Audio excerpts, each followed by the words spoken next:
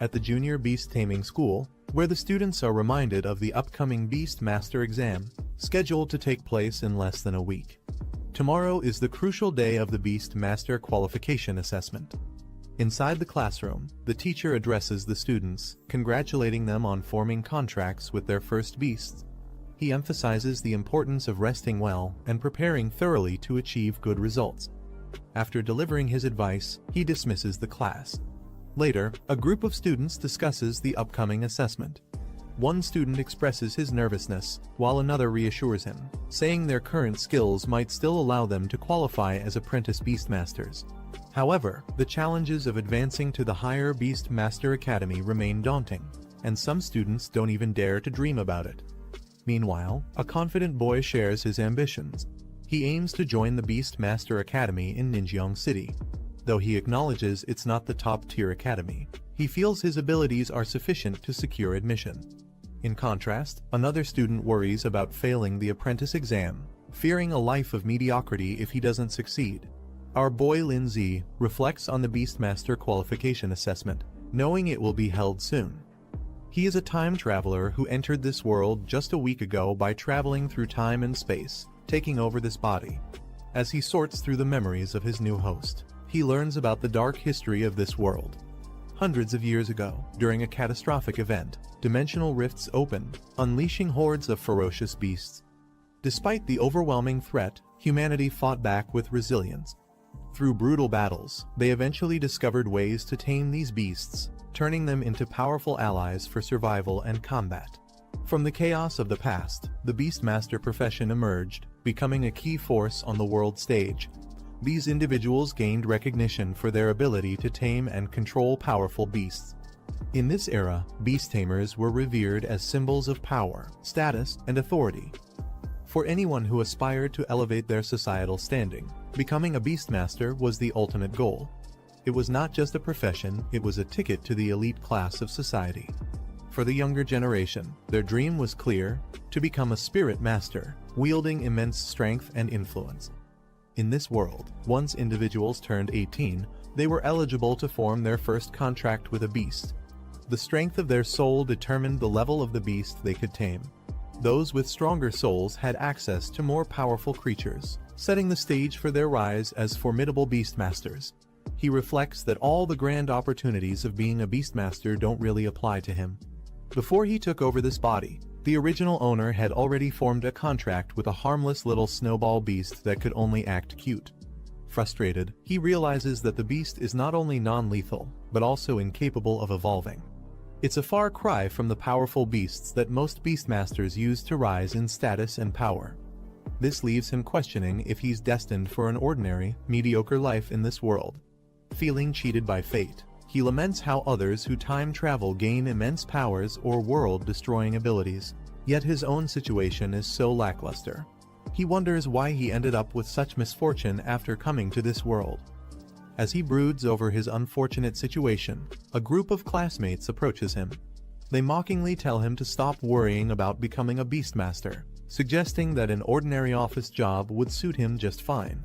They taunt him further, joking that he could use his harmless little snowball beast to sell ice cream at a mall entrance. They remark about selling iced mineral water, leaving Hid visibly angered. He glares at them but keeps his composure. Just then, a system begins to activate. A screen materializes before him, declaring that the achievement system has been successfully launched. Surprised and excited, he realizes this might be his long-awaited gold finger, the cheat ability often granted to travelers in other worlds. He wonders if it took so long to appear because it was charging, but now, everything could change. He is thrilled as the system activates fully, exclaiming that the heavenly sound of its arrival feels amazing. His gold finger has finally appeared. The system displays his current stats.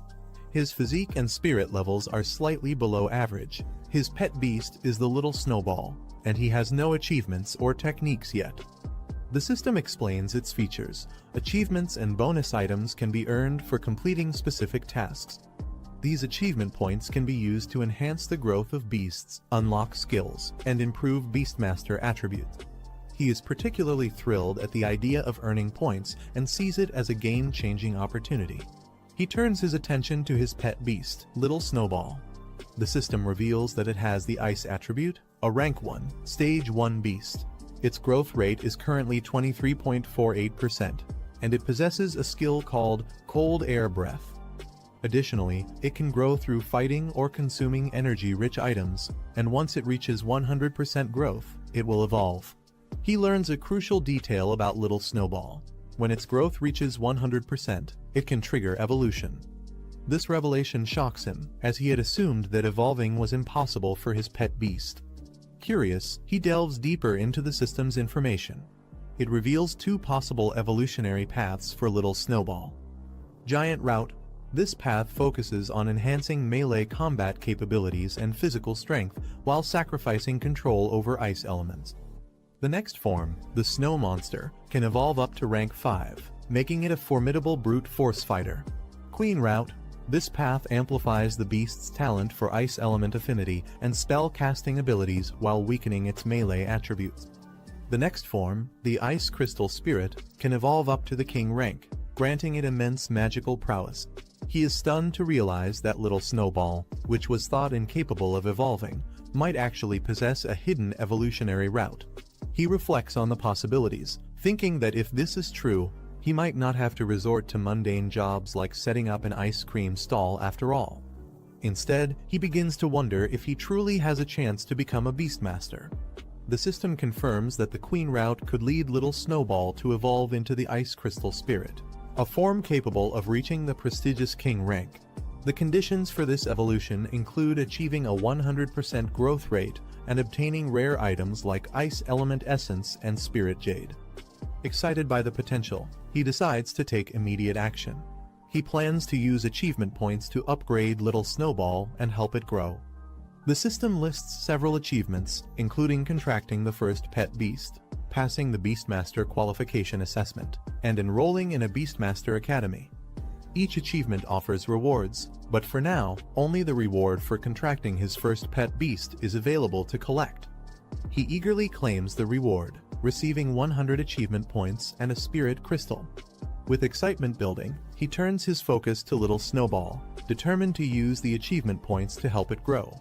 He initiates the process, channeling the points into Little Snowball. Bright lights engulf the little creature, and the system announces a level up. Little Snowball's stats improve. With a surge of energy, Little Snowball successfully evolves to rank 1, stage 2, achieving a 100% growth rate. He is thrilled, seeing proof that his efforts and the system's capabilities are real. He marvels at the results, exclaiming how the level-up process actually works. The system informs him that he has consumed 77 achievement points, leaving 23 remaining. Little Snowball appears slightly stronger, but the protagonist can't help but feel underwhelmed by the brief and dazzling special effects. He jokes that as an F-class beast, Little Snowball's status isn't entirely unjustified. The system reminds him that for Little Snowball to continue evolving, he'll need 20 Ice Element Essences and 1 Spirit Jade. These items are rare and expensive, making the task more challenging. Despite the obstacles, he is determined to gather the resources and advance Little Snowball further. He begins planning his next steps, securing money and heading to the pet shop to buy the materials necessary for Little Snowball's evolution. As he walks, one of his classmates mocks him again, taunting him about selling ice cream with his snowball. Ignoring the jeers, he calmly reassures Little Snowball not to take such insults to heart. With determination, he declares that tomorrow's Beastmaster qualification assessment will depend on their combined efforts, signaling his resolve to prove everyone wrong. However, the mocking classmate sneers, calling him trash. He snaps back, the classmate revealed to be a member of the powerful Zhong family, the second largest family in Zhongning City. He responds, saying the Beastmaster final exam will prove who is truly worthless. Zhong Hao taunts him further, claiming that someone with a useless beast shouldn't even bother. Another classmate joins in, laughing that he should stick to selling popsicles instead. A girl named Guan intervenes, warning Zhong Hao not to cross the line. Zhong Hao, recognizing her, pretends to back off but continues to insult Lin Zi indirectly. He mocks her for associating with someone he considers trash and implies she would be better off siding with someone of higher status, like him. He reassures Guan, telling her there's no need to argue with the bullies. He confidently states that they'll understand the truth when the time comes. Afterward, he informs Guan that he needs to visit the pet store to prepare for tomorrow's qualification assessment. She agrees to head home on her own, wishing him luck. As he arrives at the store, Lindsay is struck by the high cost of evolution materials, lamenting how months of savings disappear in a single purchase. Returning from his errands, he is greeted by Guan, who invites him over for dinner at her house. She mentions her mother asked her to extend the invitation. He agrees, saying he'll join later. As the conversation shifts, Guan hesitantly brings up the Beastmaster qualification assessment happening the next day. She asks if he will accompany her to the event. Lindsay calmly replies that he also needs to participate, surprising her. Excited, she encourages him to show up strong and make an impression, especially against Zhong Hao and his gang. He reassures Guan, confidently promising to handle the situation. She smiles, takes her leave, and he watches her go, determined to make tomorrow's assessment a turning point. Later, sitting at home, he reflects on the high cost of the ice element essence and spirit jade. Addressing little Snowball, he mentions that leveling up in the future will require even more resources. He lays out the materials, encouraging little Snowball to eat and evolve. Watching his pet beast consume the items, he gently reminds it to take its time, as no one will compete for the resources. Suddenly, little Snowball begins to glow and expand, signaling the start of its evolution. Surprised, the Lindsay exclaims, wondering if this is truly happening. A sudden glow from little Snowball. He steps back, surprised, as an overwhelming burst of energy surrounds them. Little Snowball begins to change, evolving into a new form. Amidst the dazzling spectacle, little Snowball transforms into the Ice Crystal Spirit, a Rank 2, Stage 2 beast. The system lists its new skills, including Icicle and Extreme Cold Domain, and reveals that its next evolution would be into the Snow Maiden, requiring even rarer materials to advance further. He is ecstatic, declaring the evolution a success. He proudly admires the Ice Crystal Spirit, realizing that this marks a turning point in his journey. He checks his pet Snowball's stats, and is surprised to see that its rank has directly jumped to Rank 2, Stage 2. This level of growth is unexpected since the average strength of pets at his school typically lies between Rank C and Rank E. Snowball radiates an icy aura that surprises Lindsay with its intensity. Holding it in his arms, he shivers and comments on how cold it feels.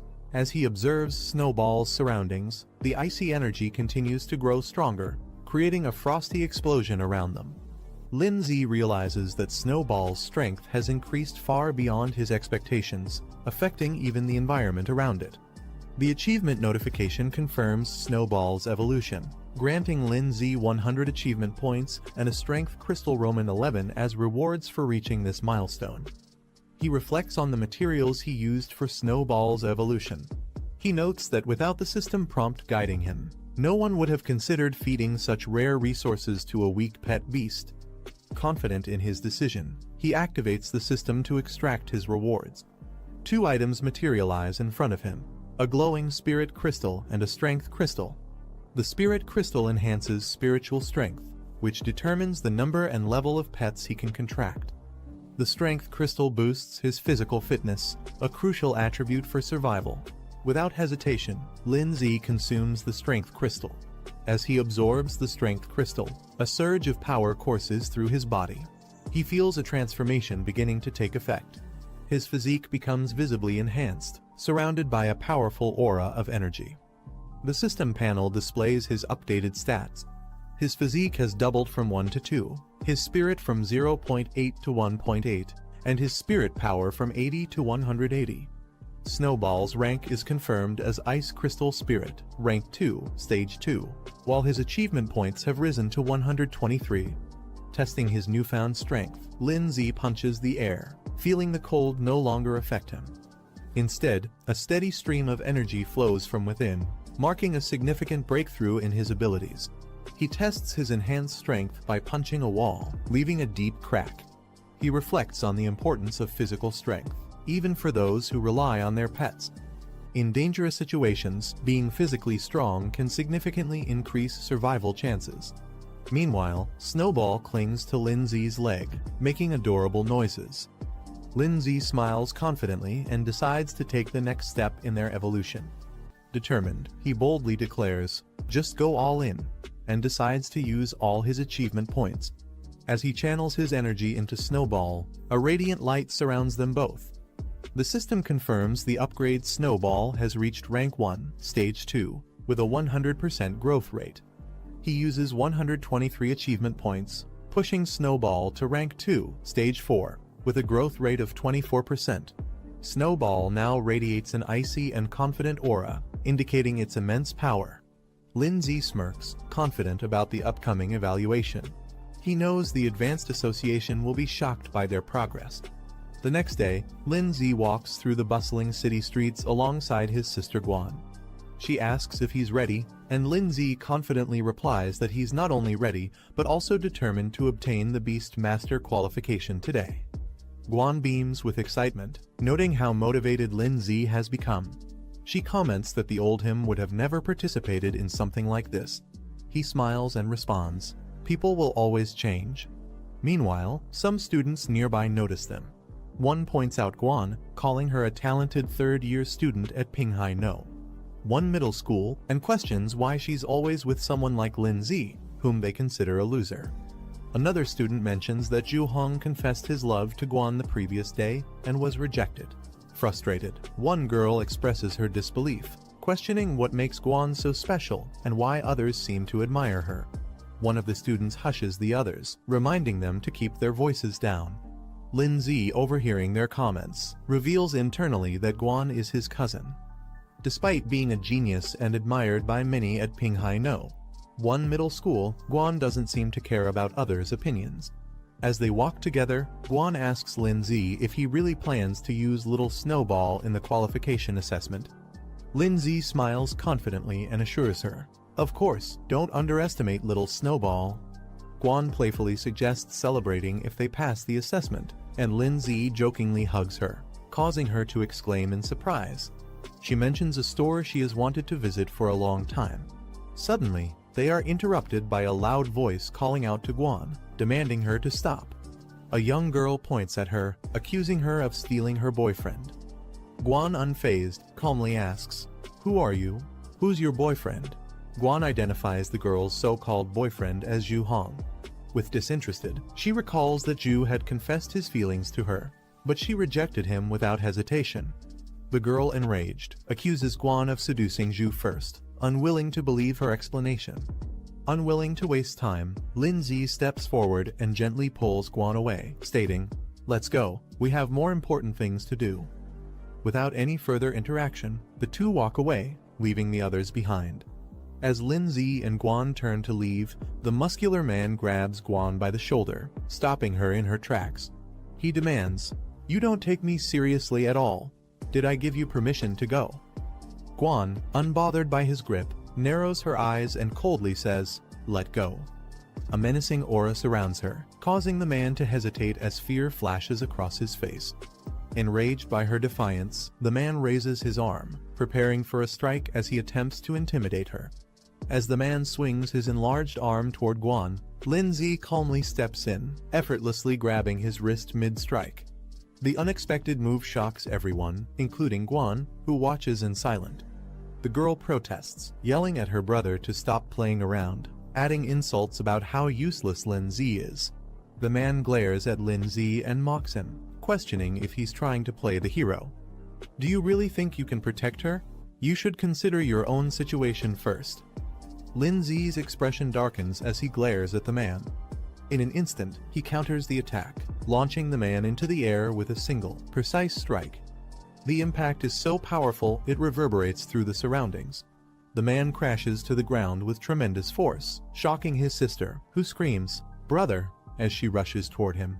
Lindsay stands unfazed as Guan watches from a distance. Lindsay adjusts his jacket with a calm demeanor and tells the onlookers, "I'm her brother. If you need something, just ask me." The man's frustrated and bruised. Guan, observing from a distance, clenches her fists in awe, thinking, "It turns out Brother Lindsay is so good at fighting." Meanwhile, Lindsay marvels at his own strength. he remarks to himself. I didn't expect my strength would be this great after strengthening my physique. The man, enraged and humiliated, yells, deliberately seeking death, don't blame me. He charges toward Lindsay, his arm glowing with a fiery blue energy as he prepares to unleash a powerful attack. As the energy builds up, the surroundings tremble, and a dazzling light bursts from his strike. Guan watches with concern, but Lindsay remains composed. Suddenly, the man's summoned beast, a ghost wolf, its spectral form exudes a chilling aura, and its system stats reveal it to be a rank 2, stage 1 beast. The man smirks confidently, pointing at his ghost wolf. He mocks Lindsay and Guan, saying 2 high school students like them could never compete against his rank 2 beast. Guan observes the situation, realizing her pet beast is only at rank 1, stage 7. Though she has some faith in it, she understands the huge power gap. She admits the chances of victory are slim but resolves to fight anyway, knowing there's no alternative.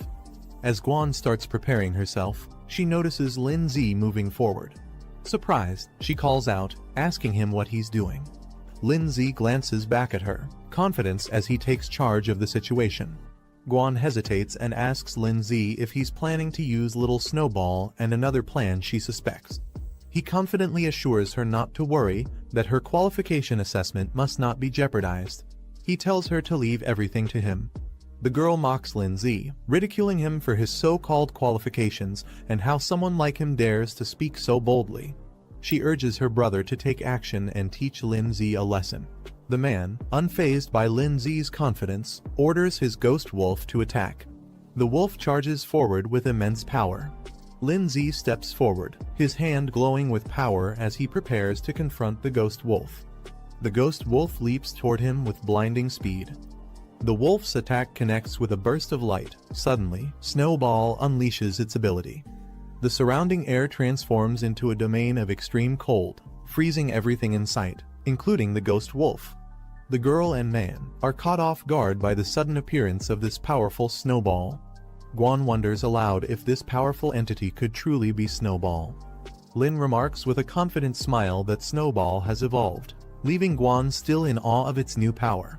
The man commands it to strike swiftly. The ice beast surges forward, Snowball's transformation glowing with energy. She evolves into the ice crystal spirit. An icy attack icicle is unleashed, sending sharp, freezing shards toward the man's ghost wolf. The impact shatters the wolf's form into pieces, leaving the man stunned. He stares at the scattered ice fragments in disbelief, muttering, "Impossible," regaining his composure. The man yells at Snowball's master, Lindsay, questioning how a mere high schooler's pet, only at rank 1, stage 9, could instantly defeat his rank 2 pet beast. The man panics, realizing they've underestimated Lindsay's pet beast. He hurriedly tells his sister they need to leave, admitting their miscalculation. Before they can retreat, Lindsay blocks their path, calmly but firmly making it clear they aren't allowed to leave. The man and sister are frozen in fear as Lindsay unleashes a massive icicle attack, covering the ground in ice and leaving them stunned and powerless. The man, now completely overwhelmed, bows his head and apologizes. He admits his mistake and pleads for forgiveness, addressing Lindsay as Big Brother. Lindsay reminds him that his apology is directed at the wrong person. Realizing his error, the man turns to Guan, apologizing sincerely for his behavior. He assures her it won't happen again and vows to teach his subordinate a lesson for causing this mess. The sister watches her brother in disbelief, softly calling out to him, clearly shocked by his sudden regret. The man, frustrated with his sister's hesitation, scolds her and forces her to apologize quickly. As the situation de-escalates, Guan dismisses their apology, telling them to leave immediately. The man quickly agrees and grabs his sister to retreat. Lindsay standing next to Snowball, who now looks stronger and more composed. He gives a slight nod, acknowledging the resolution. The man and sister hurriedly flee the area. Guan excitedly praises Lindsay, amazed at how he defeated a rank 2 ghost wolf. She asks how he managed it and wonders if Snowball, now the ice crystal spirit, can evolve further. Lindsay acknowledges her excitement, but reminds her they have little time and need to hurry to the qualification exam venue. Snowball cheerfully follows as Lindsay strokes her head, radiating confidence. In the Imperial Beast Association building, where a crowd has gathered.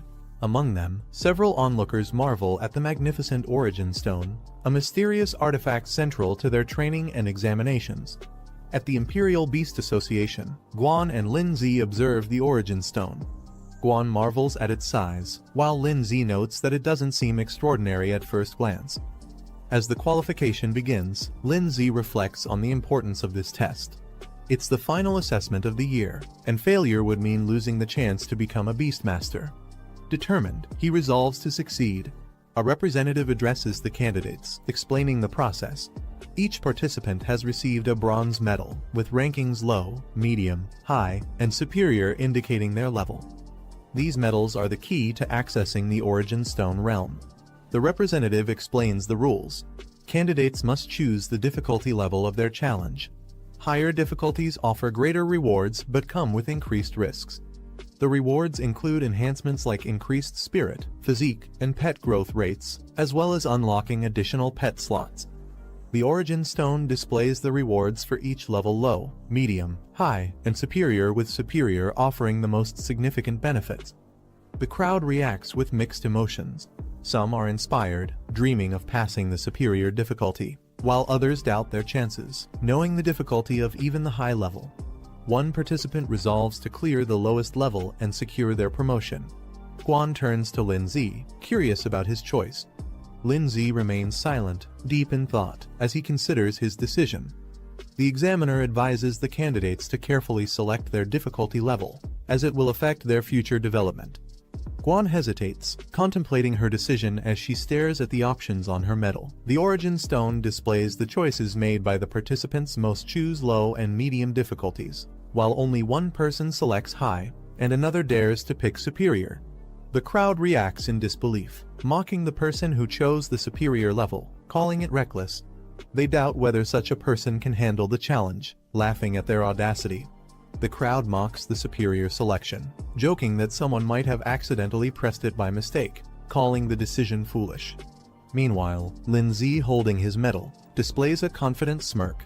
He is determined, silently declaring that whoever challenges him will fail to apply to the Imperial Beast Academy this year. Guan notices Lin-Zi selecting the superior difficulty and is shocked. She expresses her concern, warning him that failure would cost him the chance to apply to the Imperial Beast Academy this year. Lin-Zi, however, remains confident, reassuring her with a calm smile that he knows what he's doing and has it under control. Nearby, the crowd starts speculating about the person who chose superior difficulty. They assume it must have been a mistake or that the person is overconfident and foolish. The examiner questions Lin-Zi, wondering if he ignored the earlier advice to carefully consider his choice. Lin-Zi, holding his medal, confidently states that his decision was made after careful thought. The examiner's demeanor darkens as he skeptically asks if Lin-Zi truly believes he can pass the superior difficulty. Lin-Zi, unfazed, firmly responds with determination in his eyes, "Of course." The examiner smirks, commenting on Lin-Zi's boldness, acknowledging that young people often take risks. He then reiterates that all participants have made their selections. Turning to the group, he officially announces the start of the assessment. The candidates sit in meditation around the Origin Stone as a mystical energy begins to flow, enveloping them in preparation for their trials. The Origin Stone glows intensely, releasing a surge of energy that envelops the room.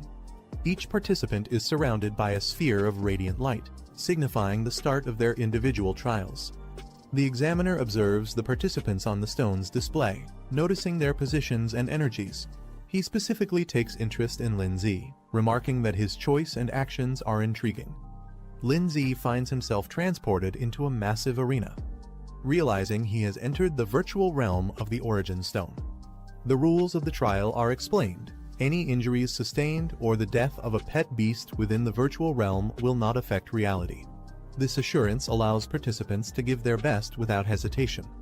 Lin-Zi smirks confidently, stretches his arms, and prepares to face the challenge head-on, ready to showcase his strength. Lin-Zi notices a screen appearing in the virtual realm. The display indicates he has unlocked a system-related achievement. With a confident grin, Lin-Zi remarks how convenient it is to access the system here. The screen confirms his reward: 100 achievement points and a spirit crystal. He taps the screen to claim the rewards, stating that the spirit crystal and points will be useful for the trials ahead. After claiming his rewards, Lindsay notices the system displaying an increase in his attributes. His stats have been significantly boosted, along with a notable enhancement in Little Snowball's abilities. Smiling confidently, Lindsay clenches his fist and thinks to himself that his chances of victory have increased dramatically. Just as he's relishing his newfound power, the sound of a large door opening catches his attention. A giant beast entering the arena. Lindsay and Little Snowball prepare themselves for the incoming challenge. A fire beast appears, its body glowing with flames. It's a rank 1 stage 7 pet beast, radiating heat and ready to attack. Lindsay observes it calmly, noting it doesn't match the high difficulty level they were expecting. The fire beast launches a blazing attack, spewing a fiery blast toward Lindsay and Snowball. Unfazed, Lindsay smirks and counters the attack with Snowball's evolved powers. He commands, unleashing ice crystal chains, which instantly freeze the fire's momentum. Snowball charges up its energy, surrounded by icy spikes, and launches a concentrated attack. The explosion of frost collides with the fire beast's flames, creating a massive burst of energy. The aftermath fills the area with frost and mist, and Snowball remains unfazed. It breathes out a chilling wind, freezing everything in its path. The frost spreads further, signaling Snowball's complete dominance over the fight. Lindsay stands confidently beside Snowball, remarking that his ice crystal chains prove to be far more effective than expected. Having cleared the first stage of the challenge, Lindsay and Snowball move forward. The doorway to the next stage opens, signaling that they've passed one of the 5 levels in the trial. In the next area, Lindsay encounters a new opponent, a skeletal bound in cloth, emitting an eerie aura. The being is identified as a rank 1 stage 9 undead creature, its hollow laughter echoing through the chamber. Lindsay smirks confidently, thinking to himself that while a rank 1 stage 9 opponent might be challenging for others, it's nothing more than a simple task for him. The examiner observes Lindsay's progress through the challenge, analyzing the situation on a large map that shows the arena and the ongoing battles. Back in the arena, Lindsay stands victorious with Snowball as the icy battlefield confirms their overwhelming power. The examiner comments smugly, addressing Lindsay. He points out that Lindsay's previous victory was merely due to an elemental advantage, hinting that the real challenges are yet to come. Lindsay and Snowball move forward, successfully completing the second stage of the challenge. As they step into the new arena, a shadow looms over them. A creature with glowing, hypnotic eyes appears, its presence radiating menace. The beast reveals itself a rank 2 stage 1 plant-type creature, towering with a twisted and unnatural form. The examiner observes Lindsay's progress through the challenge on a glowing map. He remarks to himself that Lindsay's pet beast is only rank 2 stage 1, and defeating the current rank 2 stage 1 opponent will be nearly impossible, even with great talent. In the arena, the plant creature launches an aggressive attack, aiming its sharp claws at Lindsay and Snowball. Lindsay, unfazed, counters with Snowball's ice chains.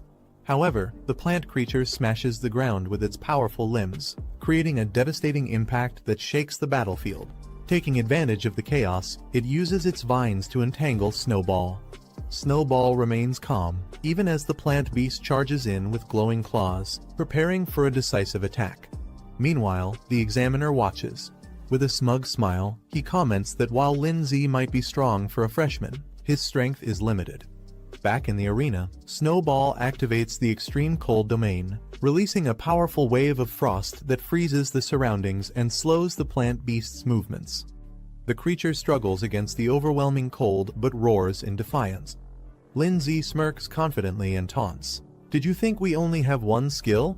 Without hesitation, he commands Snowball to unleash another powerful attack icicle, intensifying their offensive against the plant beast. The plant beast roars as its body is pierced by multiple icy spikes from Snowball's icicle attack. The battlefield is now a frozen arena, with the creature trapped at its center. Snowball's frost spreads further, encasing the plant beast entirely in a solid block of ice. The plant beast, now fully immobilized, struggles in vain as more spikes of ice penetrate its frozen body, ensuring its defeat. With Snowball's final attack, The plant beast is completely frozen and defeated. Lindsay calmly declares the battle over, signaling the end of the third level. The frozen arena stands as a testament to their victory. A notification appears confirming that Lindsay has successfully cleared the third level, leaving only 2 levels remaining in the challenge. Elsewhere, participants who failed the earlier stages express their frustration. One complains that he was so close to defeating the pet beast, while another laments his failure to pass this year's challenge, burying his face in his hands. Amid the group of participants, one excitedly celebrates his success, exclaiming that he's now an apprentice beastmaster. He didn't expect the initial challenge to feature a rank 1 stage 6 pet beast, but he managed to overcome it. Meanwhile, others watch in frustration. One participant clenches his fists and mutters his dissatisfaction, lamenting his failure and comparing his performance to those who succeeded.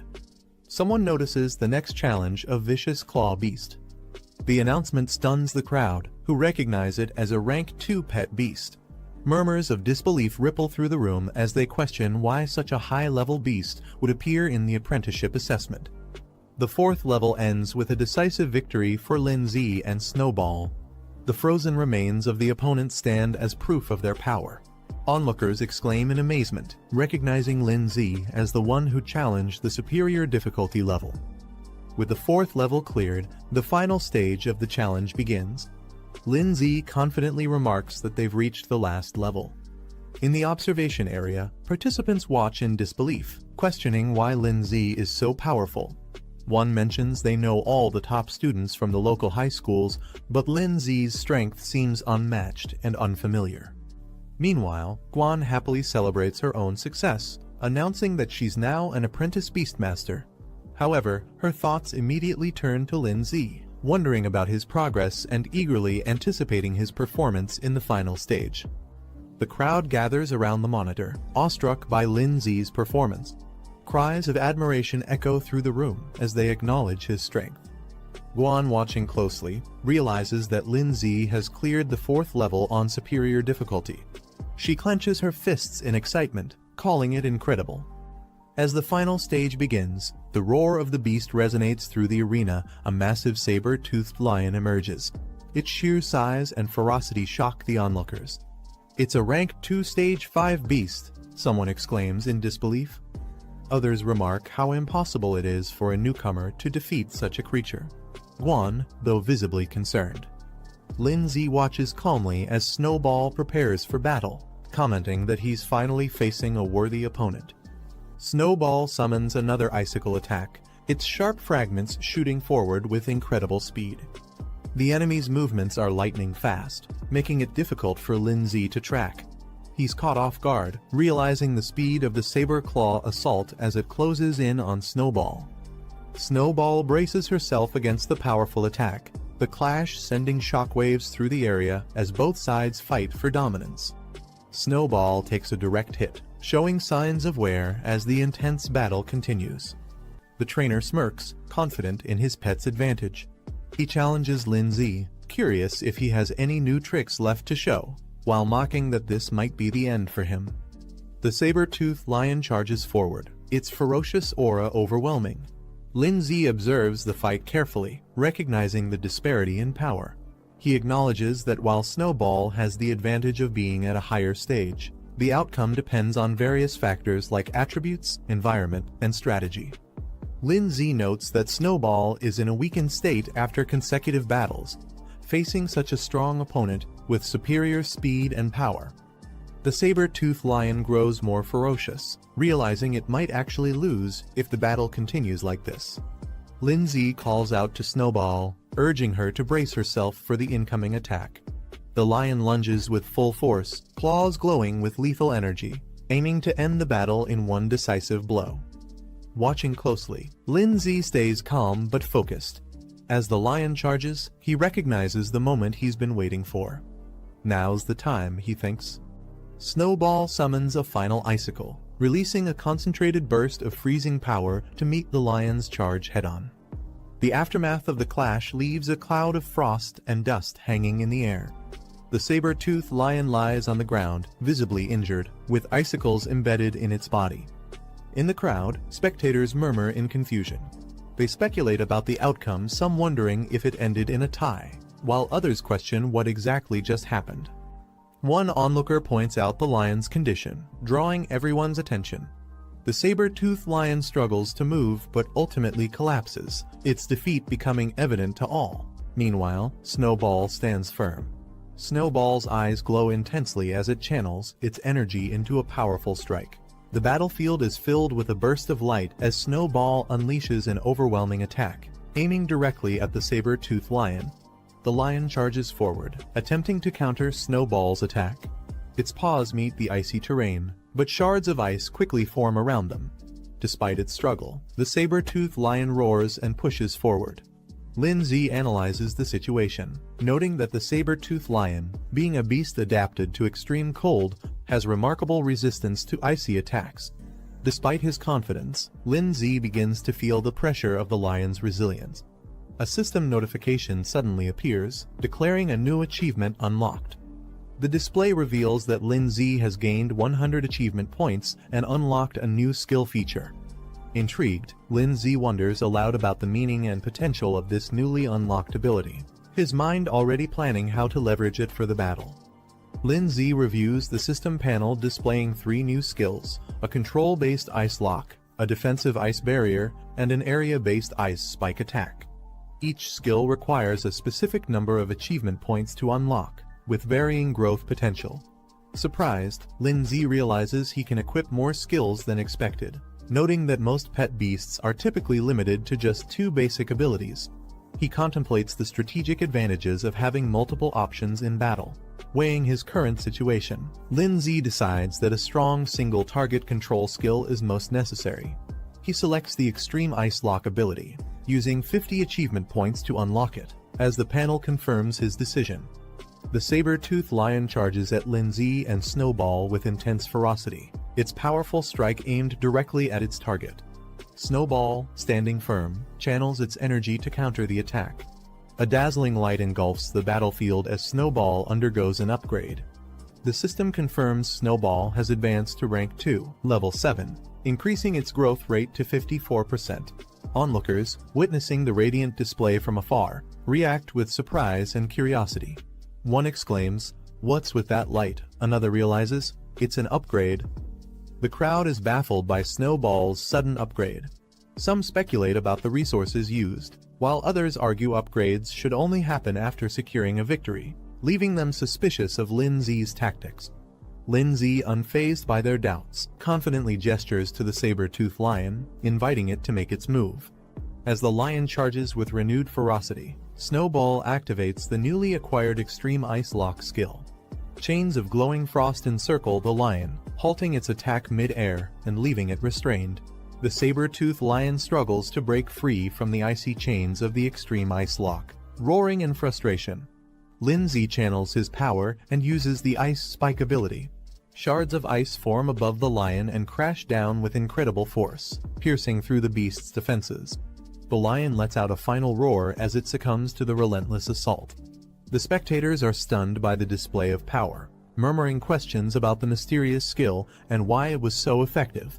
The examiner and the crowd are in disbelief, questioning how Lindsay's pet can use 3 different skills, a feat uncommon for beasts of its rank. As the saber-toothed lion struggles to recover, Lindsay observes it calmly, commenting on its thick defenses. Snowball's eyes glow fiercely as it prepares another powerful attack. It channels its icy energy, shards forming around it. With determination, Snowball readies itself, showing it has no intention of letting the lion recover.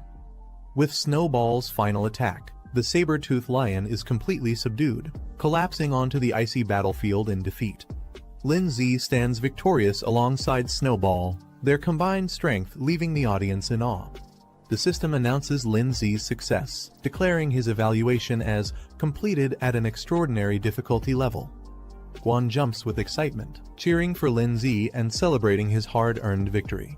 In the crowd, disbelief spreads. Some accuse Lindsay of bribing the examiner, unable to accept his unexpected win. Others speculate about his methods, still skeptical of his capabilities. The examiner, however, remains composed. He acknowledges Lin Zi's exceptional talent, remarking that while he's seen many young beast tamers, none have impressed him as much as Lin Zi with his silent yet commanding performance. After the battle, Lin Zi's stats receive a significant boost, reflecting his successful completion of the challenge. Snowball's status is displayed, now ranked at level 3, stage 1, with an impressive 84% growth rate and mastery of 3 powerful skills. The examiner, still observing, acknowledges the extraordinary difficulty of the test and how much Lin Zi's capabilities have grown as a result. The performance leaves him and others deeply impressed. The system displays another notification. Lin Zi is now eligible to form a contract with a second beast, marking a major milestone in his journey.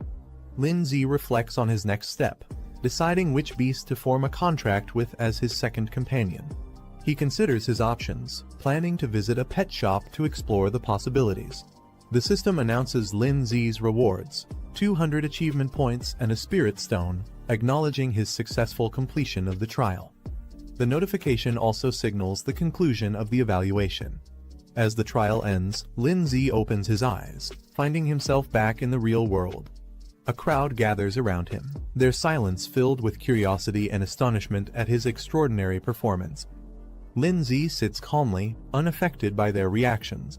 Lin Zi finds himself surrounded by curious classmates, bombarding him with questions about how he accomplished such an extraordinary feat. They're particularly amazed by Snowball, an ice element beast they've never encountered before. Guan, overcome with joy, rushes to Lin Zi and hugs him tightly, exclaiming how she always believed he would succeed. Lin Zi, initially surprised by her reaction, smiles warmly. The examiner approaches Lin Zi, acknowledging his impressive performance. As the surrounding crowd watches, students murmur in surprise. It's rare to see an examiner apologizing to a student. However, Lin Zi remains calm and unbothered. The examiner directly addresses Lin Zi, offering him a spot in the Beastmaster Association. He further explains the benefits, mentioning that Lin Zi could secure a high-ranking position with exclusive privileges.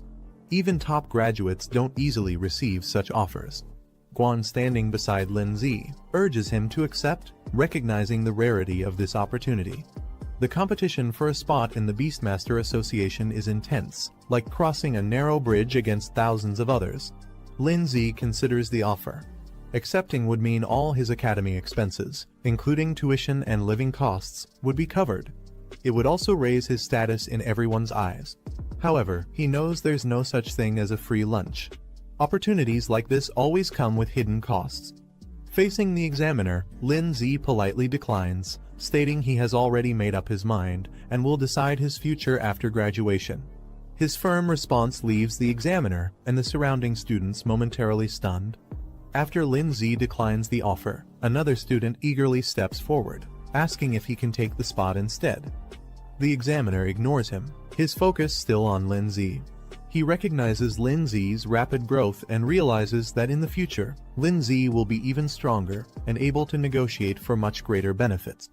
Seeing Lin Zi's firm decision, the examiner doesn't press further. Instead, he tells Lin Zi that if he ever changes his mind, he's welcome to find him anytime. Before leaving, the examiner introduces himself as He Zhenwen, leaving his contact as a final gesture. After the examiner leaves, Lin Zi stands confidently. Guan watches him closely, her expression unreadable. The two walk through the academy courtyard, when suddenly a voice calls out to them, asking them to wait. Lin Zi and Guan turn around, surprised. A girl excitedly approaches, introducing herself and her companion. She mentions they are from the neighboring class, eager to meet Lin Zi. The two girls eagerly approach Guan, asking for Lin Zi's contact information. Their excitement is clear as they try to get closer. The girl confidently hands Lin Zi her phone, suggesting they add each other as friends, mentioning that they've admired him for a while and hope to spend more time together. She introduces herself as a student from the neighboring class and congratulates him, clearly trying to make a good impression. However, Lin Zi casually smiles and excuses himself, saying they have other things to do. Guan, standing beside him, crosses her arms, visibly annoyed by the situation. As Lin Zi and Guan try to leave, the girl chases after them, still insisting he add her as a friend. Lin Zi, without looking back, dashes away. leaving Guan visibly irritated by the situation. Shortly after, Lindsay receives a message summoning him to the office. He glances at his phone and sighs before heading there. Arriving at the office, Lindsay peeks inside and asks if he was called. Inside, a confident and elegant woman greets him.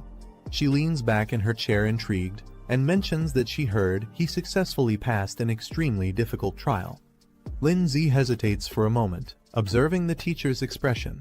Before he can react, she suddenly pulls him into a tight hug, excitedly praising him for his achievement. He momentarily recalls past experiences with her harsh punishments for failing tests, making him cautious about her enthusiasm. Regaining her composure, she moves on to the real reason for calling him. She takes out a book, stating that it's something important she intends to give him. Lindsay takes the book, examining its title with curiosity. The teacher explains that it contains essential techniques for soul arts, a crucial skill for beastmasters. She advises him to start learning early, as it will be a mandatory part of his training. A visual representation illustrates that soul arts are the primary combat method for beastmasters aside from their pet beasts. She further explains that those who master soul arts can defeat beasts without relying on their pets. The technique can be used both for offense and defense, protecting beastmasters from harm in battle. A visual demonstration shows a soul shield, a defensive technique that forms an energy barrier to block attacks.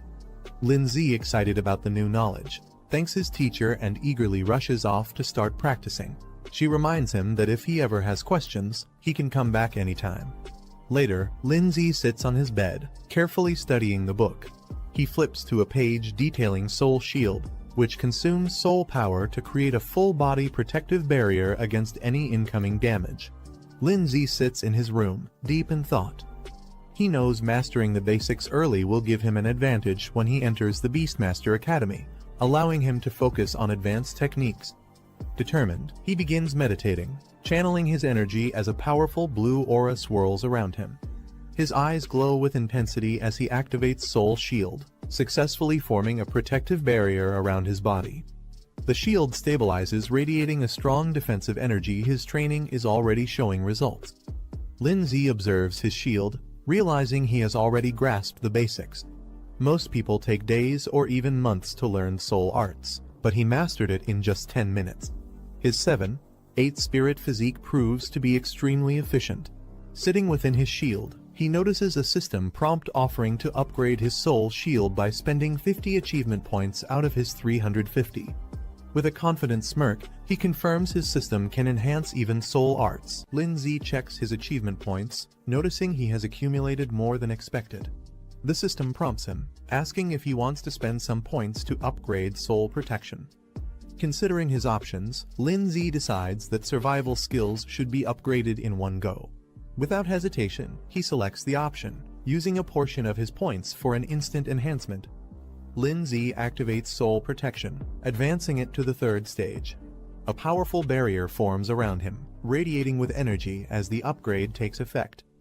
Feeling the difference, he notes that the shield is now stronger and much larger than before.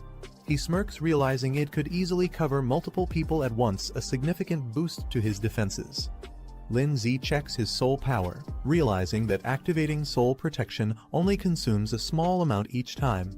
With his current limit, he can use it multiple times without worry.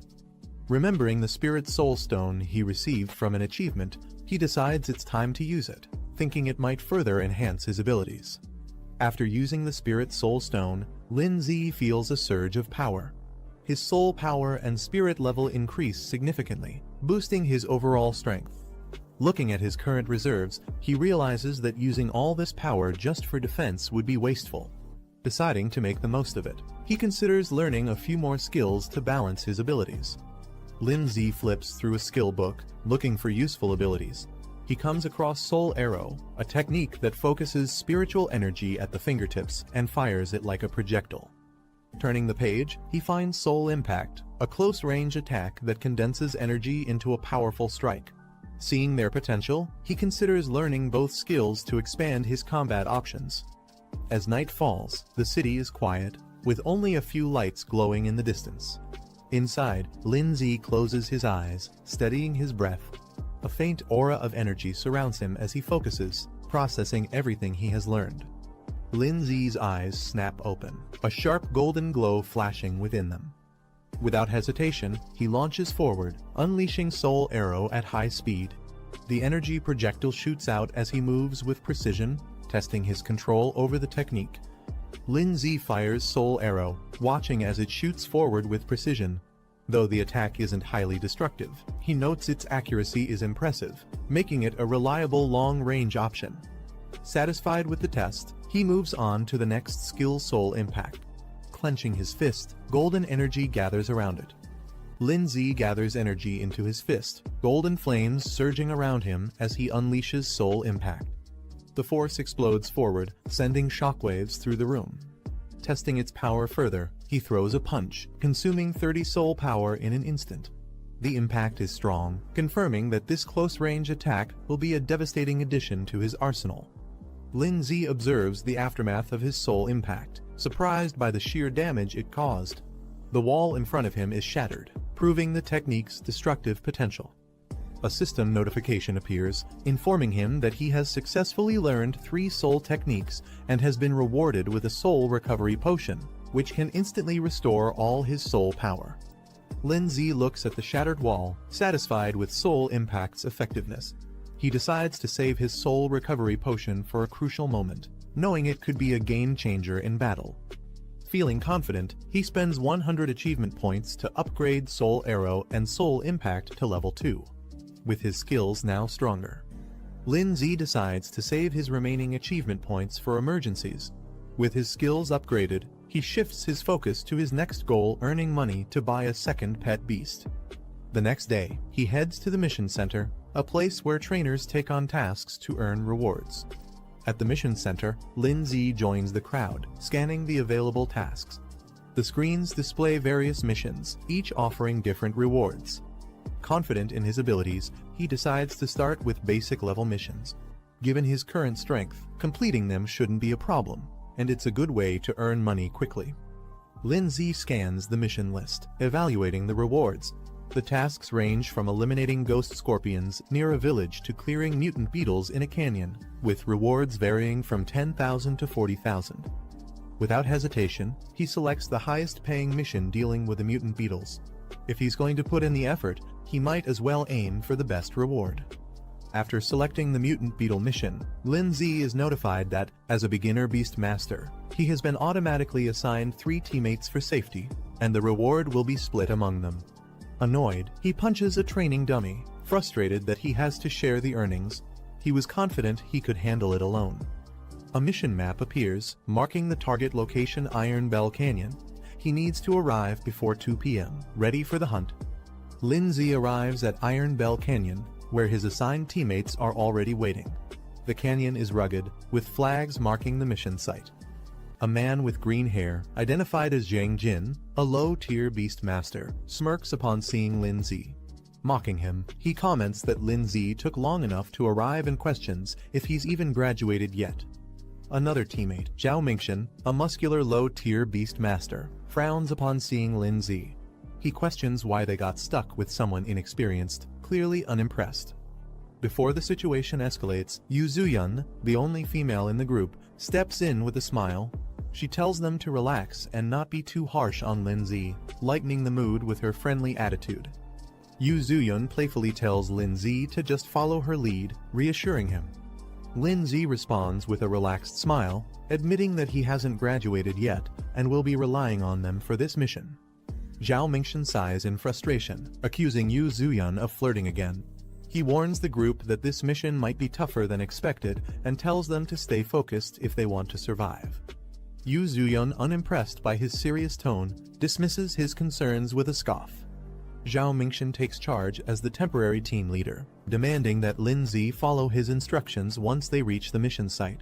He also warns that Lin Zi's reward share will be reduced, making it clear that he's not seen as an equal. Lin Zi, however, remains unfazed. Observing his teammates, he realizes they're not qualified beast masters but self-taught fighters who rely on basic summoning skills to survive. Lin Zi responds with a cheerful thumbs up, agreeing to work hard to earn his share. Satisfied with his response, Zhao Mingxian acknowledges him, thinking the newcomer understands his place.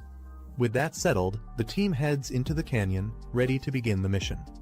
The team moves deeper into the canyon, the terrain becomes rough, and the path ahead is dark and foreboding. As they reach the entrance of a cavern, an eerie glow emanates from within. The sound of skittering echoes from the depths. Suddenly, mutant beetles emerge from the darkness, their glowing eyes piercing through the shadows. Among them, a larger, more menacing beetle appears. As the mutant beetles swarm forward, Zhao Mingxian quickly assesses the situation. He suggests collapsing the cave entrance to trap the insects inside, cutting off their escape route. Wasting no time, he summons his wild rhino, a rank 1 stage 6 beast, to lead the charge. The powerful beast appears, its glowing horns ready to smash through anything in its path. Zhang Jin steps forward, summoning his wind cutter mantis, a rank 1 stage 6 insect-type beast. Not to be outdone, Yu Zuyan summons her terror bee, a rank 1 stage 5 insect-type beast. With a smirk, she playfully reminds Lin Zi to stay behind her, as if protecting him. With their beasts deployed, the battle is about to begin. Lin Zi's group cautiously enters a tunnel, led by Yu Zuyan and Zhang Jin. They remain alert as buzzing echoes through the cavern. Strange insect creatures swarm ahead, signaling danger. Meanwhile, Zhao Mingxian observes from a distance. Without hesitation, he orders an all-out attack. Zhang Jin, responding immediately, summons his wild rhino, a rank 1 stage 6 beast. The massive creature charges forward. Zhang Jin steps forward with a confident smirk, summoning his wind cutter mantis. The green insect dashes forward, its sharp blades glowing as it slices through the swarm of enemies with precision. Zhang Jin commanding her venomous wasps to attack. With a determined look, she directs them into the fray, overwhelming the enemy with a coordinated assault. Yu Zuyan summons her terror bee, which immediately launches a barrage of venomous stingers at the enemy swarm. Meanwhile, Zhang Jin's wind cutter mantis slices through the remaining enemies, its sharp scythes cutting them down effortlessly. The battlefield is soon littered with defeated foes. Zhang Jin smirks confidently and turns to Lin Zi, boasting about how well they work together. Yu Zuyan smirks, brushing off any expectation of a reward. She tells the others to consider this a learning experience instead. Confidently, she instructs them to stay behind her and focus on their own safety. However, before they can relax, the insect swarm starts moving again, crawling back to their feet. Lin Zi observing the fight, he notes that their attacks have barely made an impact, and the real threat has yet to come. Suddenly, a loud screech echoes as another wave of insects emerges, rushing toward them at full force. Yu Zuyan suddenly tenses up. She instinctively questions what it is. Dark energy seeps into the battlefield, and the insect swarm undergoes a terrifying transformation. The ground trembles as a new wave of mutated insects charges toward them. From above, Zhang Jin's wind cutter mantis, Yu Zuyan's terror bee, and Zhang Jin's wild rhino prepare for battle. Zhang Jin's eyes widen as more insects emerge from the tunnel. He quickly realizes something is different, as if they're calling for reinforcements. Lin Zi, watching calmly, questions whether there's an even larger and stronger beetle king lurking deeper inside. Meanwhile, Zhang Jin's wild rhino charges through the swarm, but the mutated insects overwhelm it. One of them sinks its fangs into the beast, drawing blood, showing just how dangerous they've become. The mutated insects overwhelm Zhang Jin's wind cutter mantis and Yu Zuyan's terror bee, pinning them down. Zhao Mingxian yells for his wild rhino to retreat, while Zhang Jin desperately calls back his pet, fearing they'll be killed. Lin Zi explaining that the beetle's previous sound waves have a paralyzing effect. The pets can no longer respond to their commands. Hearing this, Yu Zuyan freezes in shock. She clutches her head, realizing her terror bee is completely vulnerable. Fear sets in as she struggles to think of a way to save it. Zhang Jin, furious, grabs Lin Zi by the collar, demanding why he didn't warn them earlier. His frustration erupts, blaming Lin Zi for just standing by and watching. But Lin Zi calmly pointing out that the real problem isn't their beasts, it's their own survival. Before they can react, the ground trembles as a massive swarm of mutated beetles emerges from the depths. Seeing the sheer number of enemies, Zhao Mingxian quickly makes the call they need to run. Zhao Mingxian, realizing the danger, shouts for everyone to run. Panic fills as he curses the mission, realizing it's far beyond what they expected. Without hesitation, he turns and sprints away, leaving the others behind. The mutated beetles chase after him, their sharp legs cutting through the ground as they close the distance. As he tries to escape, an explosion erupts behind him. The force sends him stumbling forward, and his eyes widen in fear something even more dangerous is coming. Just as the swarm is about to overwhelm them, Lin-Z calmly steps forward. A glowing barrier forms around the group, shielding them from the incoming attack. Zhang Jin watches in disbelief, recognizing it as soul art, a technique only students from the Beast Academy should know. Shocked, he questions how a high schooler like Lin-Z could use it. Lin-Z dismisses his questions. He tells them to stop talking and simply watch from behind him. Zhang Jin watches in shock, unable to process what he's seeing. Lin-Z calmly summons his ice crystal spirit. Both Zhao Mingxian and Yu Zuyan stare in disbelief. They have never seen a beast like this before. While the others are still in awe, Lin-Z analyzes the enemy calmly. The beetles, despite their numbers, are at most rank 1, stage 7, making them manageable. However, without any large-scale attacks, the others stand no chance of fighting back. With a confident smirk, Lin-Z reveals his true strength. Unlike the others, his ice crystal spirit is a rank 3 beast, possessing devastating area-wide attacks. As he raises his hand, his beast activates extreme cold domain. A chilling wave of ice spreads across the battlefield, instantly freezing the entire insect swarm in place. The once overwhelming horde is turned into an icy grave. Lin-Z glances back at the stunned group, casually reminding them that they still have a chance to retrieve their beasts if they're willing to abandon their rewards. Zhao Mingxian, Zhang Jin, and Yu Zuyan hesitate. The reality of their situation is now painfully clear. Zhao Mingxian, now overwhelmed, raises his hands in surrender. He offers all their rewards in exchange for safe passage, pleading to be allowed to retrieve their beasts and leave peacefully. Before a response comes, Zhang Jin steps forward, furious. He can't believe Lin-Z is still pressuring them even after proving his dominance. Mocking Lin-Z, he questions if he really thinks he's some legendary student who passed an impossible trial. Lin-Z's expression remains calm but firm. Without hesitation, he confirms his identity. Watching the exchange, Yu Zuyan processes the situation. Her suspicions were right. Someone like Lin-Z possessing such power didn't make sense for a regular student. Quickly shifting her approach, she urgently asks him to rescue their beasts. Zhang Jin, still furious, refuses to believe Lin-Z's strength. He demands they be released immediately so they can retrieve their beasts. Before he can continue, Zhao Mingxian suddenly strikes him, sending him crashing to the ground. He scolds Zhang Jin for his arrogance, making it clear that Lin-Z's power is undeniable. As Yu Zuyan watches, Zhao Mingxian admits their mistake. They had underestimated Lin-Z, and now there was no doubt about his strength. Meanwhile, the frozen beasts remain trapped in ice, their condition worsening as the chilling energy spreads further. Lin-Z observes the frozen beasts, noting that time is running out before they thaw. He warns the others to retrieve their pets quickly and leave before the creatures fully awaken. Yu Zuyan, concerned, questions what he plans to do. She points out that these beasts aren't truly defeated, just temporarily restrained. Lin-Z stands atop the icy battlefield with Snowball, surveying the frozen creatures. In the darkness below, an ominous presence stirs. Zhang Jin, still on the ground, watches Lin-Z closely. Suspicion flashes across his face. Could Lin-Z really be planning to enter that place? Without hesitation, Lin-Z instructs the others to act quickly before leaping down into the depths with Snowball. They descend into a dark underground space, the void stretching endlessly around them. Standing amidst the darkness, his enhanced physique allows him to see clearly even in the pitch-black surroundings. As Lin-Z moves deeper, a swarm of monstrous creatures with glowing eyes emerges from the darkness. Their sheer numbers make the cavern tremble. Without hesitation, Lin-Z activates a spiritual barrier, shielding himself and Snowball as the creatures lunge at them. The beasts charge with terrifying speed, But Lin Zi doesn't flinch.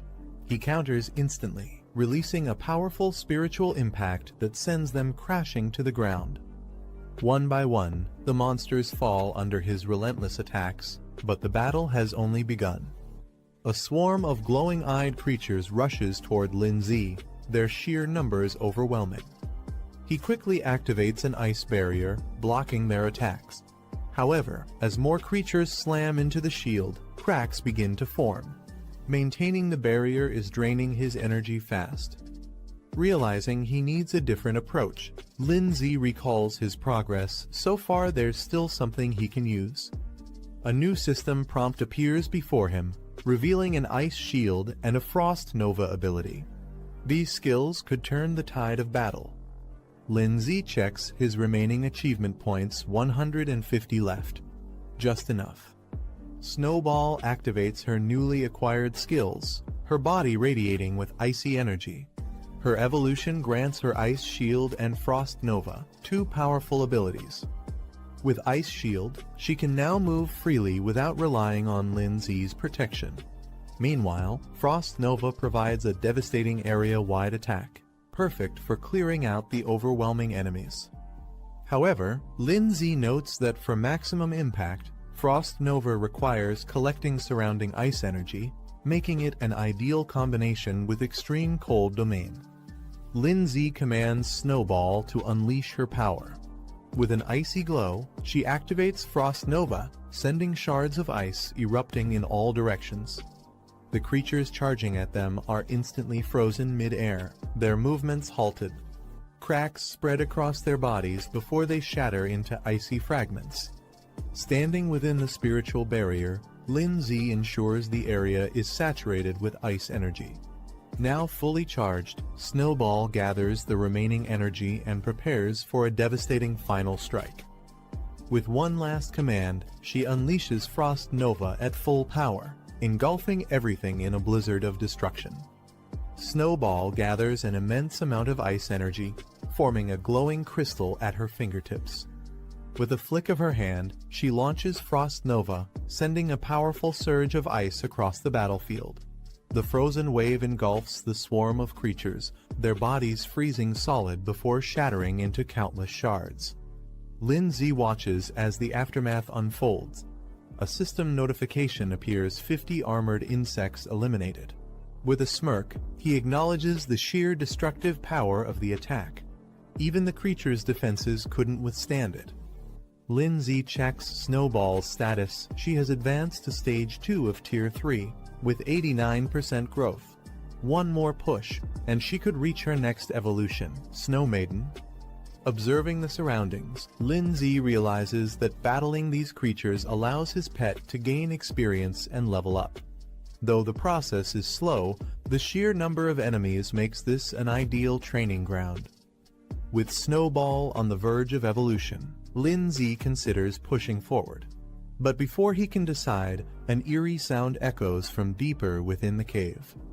Both he and Snowball turn sharply toward the source. Deep in the cave, more armored insects emerge, their glowing eyes fixed on Lin Zi and Snowball. Unlike before, these creatures move in formation, their aggression more calculated. Lin Zi smirks, realizing the king of the swarm must be close. Meanwhile, outside the cave, Yu Zuyun, Zhao Mingshan, and Jiang Jin struggle to recover from their earlier defeat. Still catching her breath, Yu Zuyun insists they report the mission's dangers immediately. If they delay, Lin Zi could be in serious trouble. Jiang Jin, still frustrated, dismisses Lin Zi's situation. He insists they shouldn't waste time worrying about him if Lin Zi chose to go deeper into danger. That's his own problem. Before he can say more, Zhao Mingshan knocks him down with a single strike, cutting off his complaints. Without hesitation, Zhao Mingshan turns and rushes forward, unwilling to abandon Lin Zi just yet. Meanwhile, a new man appears near the mission site. Liu Da, a bronze-ranked beast tamer, surveys the area with a confident smirk. He seems intrigued by the ongoing battle and is ready to get involved. Zhao Mingshan and Luo Da move toward their destination, with Zhao Mingshan cautious about proceeding. Suddenly, Zhao Mingshan to stop. his gaze fixed on a Beastmaster badge, a sign of an elite opponent. Nearby, Yu Zuyun and Zhang Jin react in shock. Realizing their opponent's status, Yu Zuyun exclaims in disbelief, while Zhang Jin stiffens, understanding the significance of facing such a ranked Beastmaster. The Beastmaster badges appears, the rankings Bronze Beastmaster and Silver Beastmaster, both holding high positions among their kind. A Golden Beastmaster badge appears, signifying an elite ranking among Beastmasters, belonging to the top 3% worldwide. Meanwhile, Luoda introduces himself as a Bronze Beastmaster, stating that he was sent by the association due to the increased difficulty of this mission. Yu Zuyun lights up with excitement, believing that with Luoda's help, success is guaranteed. She eagerly asks if she can join him. Luoda smirks and lifts her chin playfully, teasing her for being so eager to see what he can do. Luoda smirks and confidently allows Yu Zuyun to follow him, granting her permission to join. Turning to Zhao Mingxian and Zhang Jin, he dismisses them, stating that they aren't qualified to come along. Both of them freeze in shock before quickly insisting that they have no interest in going anyway. Meanwhile, deep within an icy battlefield, a system notification appears, confirming an achievement Beast Slayer accomplishment, awarding 300 points and a Burst Seed card. The card's details reveal its effect, a temporary power boost, instantly raising a pet beast's rank by 1 for 60 seconds. Lindsay examines the achievement screen, surprised to see a Beast Slayer title. He compares it to similar accomplishments and acknowledges the generous rewards. Without hesitation, he claims them. The screen updates, revealing that Ice Crystal Spirit has advanced to Stage 3, Rank 3, with 94% growth progress. With a satisfied smirk, Lindsay notes that Snow Girl is now even closer to reaching the next stage. As he and Snowball continue moving forward, the eerie sound of shifting rocks echoes in the cave. Lindsay narrows his eyes. His instincts tell him the enemy is finally revealing itself.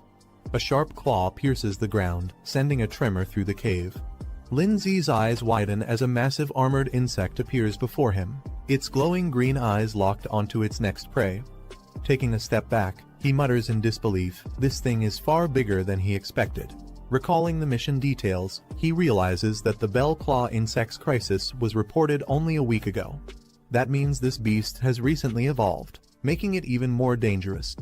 The bell claw insect lets out a terrifying screech, its status revealed insect type, rank 4, stage 1, marking it as a significant threat.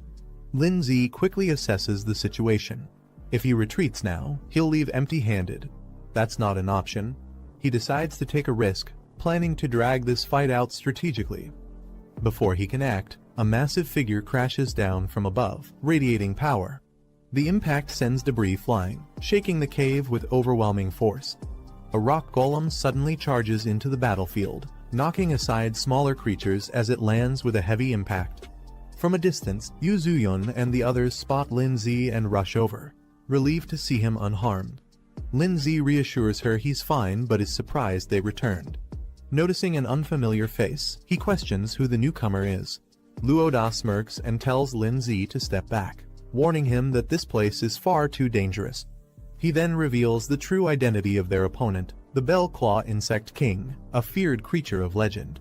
The Bellclaw Insect King stands menacingly, its glowing green eyes locking onto its prey. It's an extremely rare rank 4 beast capable of controlling entire swarms. Luoda immediately recognizes its significance. As Lindsay prepares to engage, Luoda stops him, insisting that he took on this mission alone, and that this boss belongs to him. Turning his back to Lindsay, Luoda smirks and asks if Lindsay even knows who he's dealing with. Before the conversation can continue, the Insect King lunges forward, launching a devastating attack with blinding speed. Luoda confidently faces the Bellclaw Insect King, his rock golem standing beside him. With a smirk, he questions what gives the creature the audacity to challenge him. The Insect King roars in fury and lunges forward, its razor-sharp claws gleaming as it prepares to strike. Unfazed, Luoda casually watches as the rock golem intercepts the attack. Just as the clash intensifies, an unexpected move occurs. Frost chains suddenly form, binding the Insect King in place. Lindsay stands with Snowball, casually observing Luoda, who acknowledges him as an apprentice beastmaster. Recognizing Lindsay's name, Luoda seems intrigued. recalling that he passed an advanced trial. However, he boasts about his own achievements, emphasizing his extensive combat experience and training beyond just trials. Lin-Zi brushing off the conversation, stating that he'll also reach that level soon. Luo Da is momentarily stunned, trying to grasp Lin-Zi's confidence. Before the argument continues, Yu Zuyun urgently shouts, warning them of incoming danger from behind.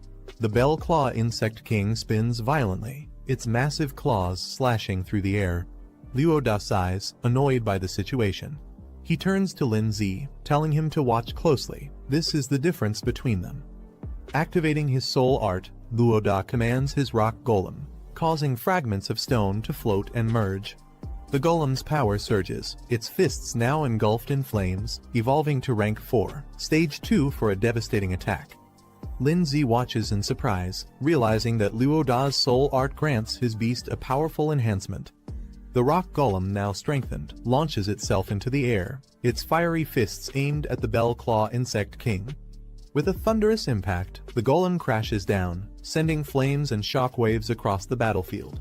As the dust settles, the Bell Claw Insect King is seen struggling on the ground, momentarily weakened by the devastating attack. Luo Da smirks, boasting that mastering a high-level enhancement soul art is not something just anyone can achieve. He turns to Lin-Zi, emphasizing the gap between their abilities. Before Lin-Zi can respond, the Bell Claw Insect King's eyes glow red, its body surging with energy. It lets out a deafening roar as its power spikes, unleashing a desperate horn charge assault. With terrifying speed, the Insect King barrels forward, its entire body wrapped in a crimson aura, preparing to strike. The Bell Claw Insect King enters a frenzied state, its power surging to a dangerous level. Its distorted form radiates an ominous aura. Luo Da acknowledging the difficulty of facing such a powerful opponent. High above, Lin-Zi and Snowball launch a combined assault. Icicle Spear and a Spirit Charge strike the raging Insect King with full force. As the dust settles, the impact leaves deep marks on the creature's body. The Bell Claw Insect King charges forward at full speed, its body surging with chaotic energy. Lin-Zi and Snowball brace themselves as the monstrous beast approaches. Without hesitation, Snowball conjures frost chains, wrapping the creature in layers of ice to restrict its movements. The chains tighten, but the Insect King resists, letting out a piercing screech as its body trembles under the freezing grip. However, the beast retaliates, its body emitting a violent pulse, shattering the surrounding ice. Sensing the danger, Lin-Zi quickly reacts, calling for Ice Shield. A massive ice attack crashes down, sending shards of frozen energy toward the Bell Claw Insect King. Luo Da watches as his beast struggles under the pressure. Realizing the situation is turning against him, he acknowledges how difficult this battle has become. The Bell Claw Insect King, refusing to be defeated, retaliates with a powerful counterattack, launching a fierce strike. However, before it can land a decisive blow, Luo Da's rock beast charges in at full speed. The aftermath of the clash leaves the battlefield in ruins, smoke and debris filling the air. Yu Zuyun, overwhelmed by the intensity of the battle, urges the group to retreat. She panics, insisting they'll all die if they stay any longer. However, Luo Da refuses to back down so easily. Gritting his teeth, he declares that they must at least take down the enemy before thinking of their next move. But before he can act, Lin-Zi steps forward with determination. He tells the others to leave, he's staying behind to finish the fight. Luo Da looks at Lin-Zi in disbelief, questioning his sanity. Even after seeing how powerless their strongest beast was against the enemy, Lin-Zi still wants to fight. He reminds Luo Da that earlier, he claimed their strength gap was due to mastering high-level enhancement techniques. Luo Da scoffs, admitting that's true, but demands to know what Lin-Zi plans to do about it. Instead of answering, Lin-Zi silently reaches out and activates a Burst Seed card. A golden aura surrounds Lin-Zi and Snowball as he activates the enhancement skill, causing their energy to surge. Luo Da stares in shock, realizing that Lin-Zi also possesses soul enhancement techniques, something he didn't expect. Snowball unleashes a powerful enhanced ice attack, her energy exploding as she prepares for battle. Luo Da and Yu Zuyun are left speechless. Luo Da struggles to comprehend Lin-Zi's true strength, while Yu Zuyun watches in disbelief. Lin-Zi activates his Burst Seed card, unlocking a temporary boost that pushes his strength to Stage 4, Level 3. He notes that he only has 1 minute, but with his soul techniques, it should be enough. As the Bell Claw Insect King lunges at him, Lindsay charges forward alongside Snowball, meeting the attack head-on. With a flick of her hand, Snowball unleashes frozen chains, wrapping the enemy in thick layers of ice. Lindsay observes the change. Snowball's evolution has significantly increased her skill power. However, he knows the effect won't last long and must act quickly. Lindsay and Snowball unleash a synchronized attack. Golden energy bursts from Lindsay's fist, while Snowball channels her freezing power. Their combined strike smashes into the Bell Claw Insect King, forcing it back as cracks spread across its armored body. With only seconds left on his Burst Seed card enhancement, Lindsay delivers a final, decisive blow. His attack lands with explosive force, shattering the enemy's defenses. The Bell Claw Insect King lets out a final screech as it is engulfed in the impact, ice and fire colliding in a devastating explosion. Luoda watches in shock, realizing Lindsay is recklessly burning through his life force to sustain his soul power. He shouts for him to stop before it takes a serious toll on his body. Lindsay checks his status and reassures the others he's only used half of his soul power, so there's no need to worry. Luoda stares in disbelief. He can't believe Lindsay still has this much energy left after such an intense fight. Yuzuyon, equally shocked, begins to reconsider. Maybe Lindsay truly has the ability to defeat the Bell Claw Insect King. Before they can react further, the wounded Insect King lets out a deafening roar, its body surging with energy for one final desperate attack. Snowball unleashes Frost Rebirth, sending an overwhelming surge of ice energy at the Bell Claw Insect King. The freezing blast engulfs the creature, forcing it backward as shards of ice pierce its body. The impact is immense, sending shockwaves across the battlefield. Luoda instinctively shields himself while Yuzuyon stumbles back in shock. The Bell Claw Insect King, now battered and frozen, trembles as it struggles to comprehend the sheer force of the attack. Yuzuyon watches in shock, struggling to process what she just witnessed. Luoda turns away from the battlefield, recalling an ancient legend, a war between divine beasts that once shook the world.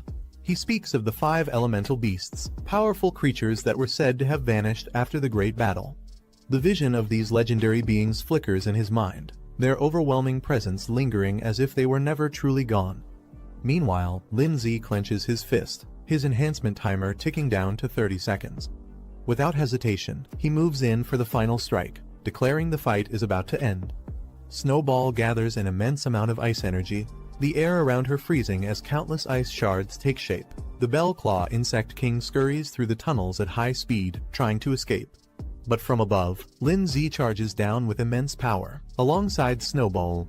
Their combined attack strikes with blazing energy, an explosion of blue and orange light crashing down onto the insect. The Bell Claw Insect King is left smoldering, its body damaged and weakened, steam rising from its battered form.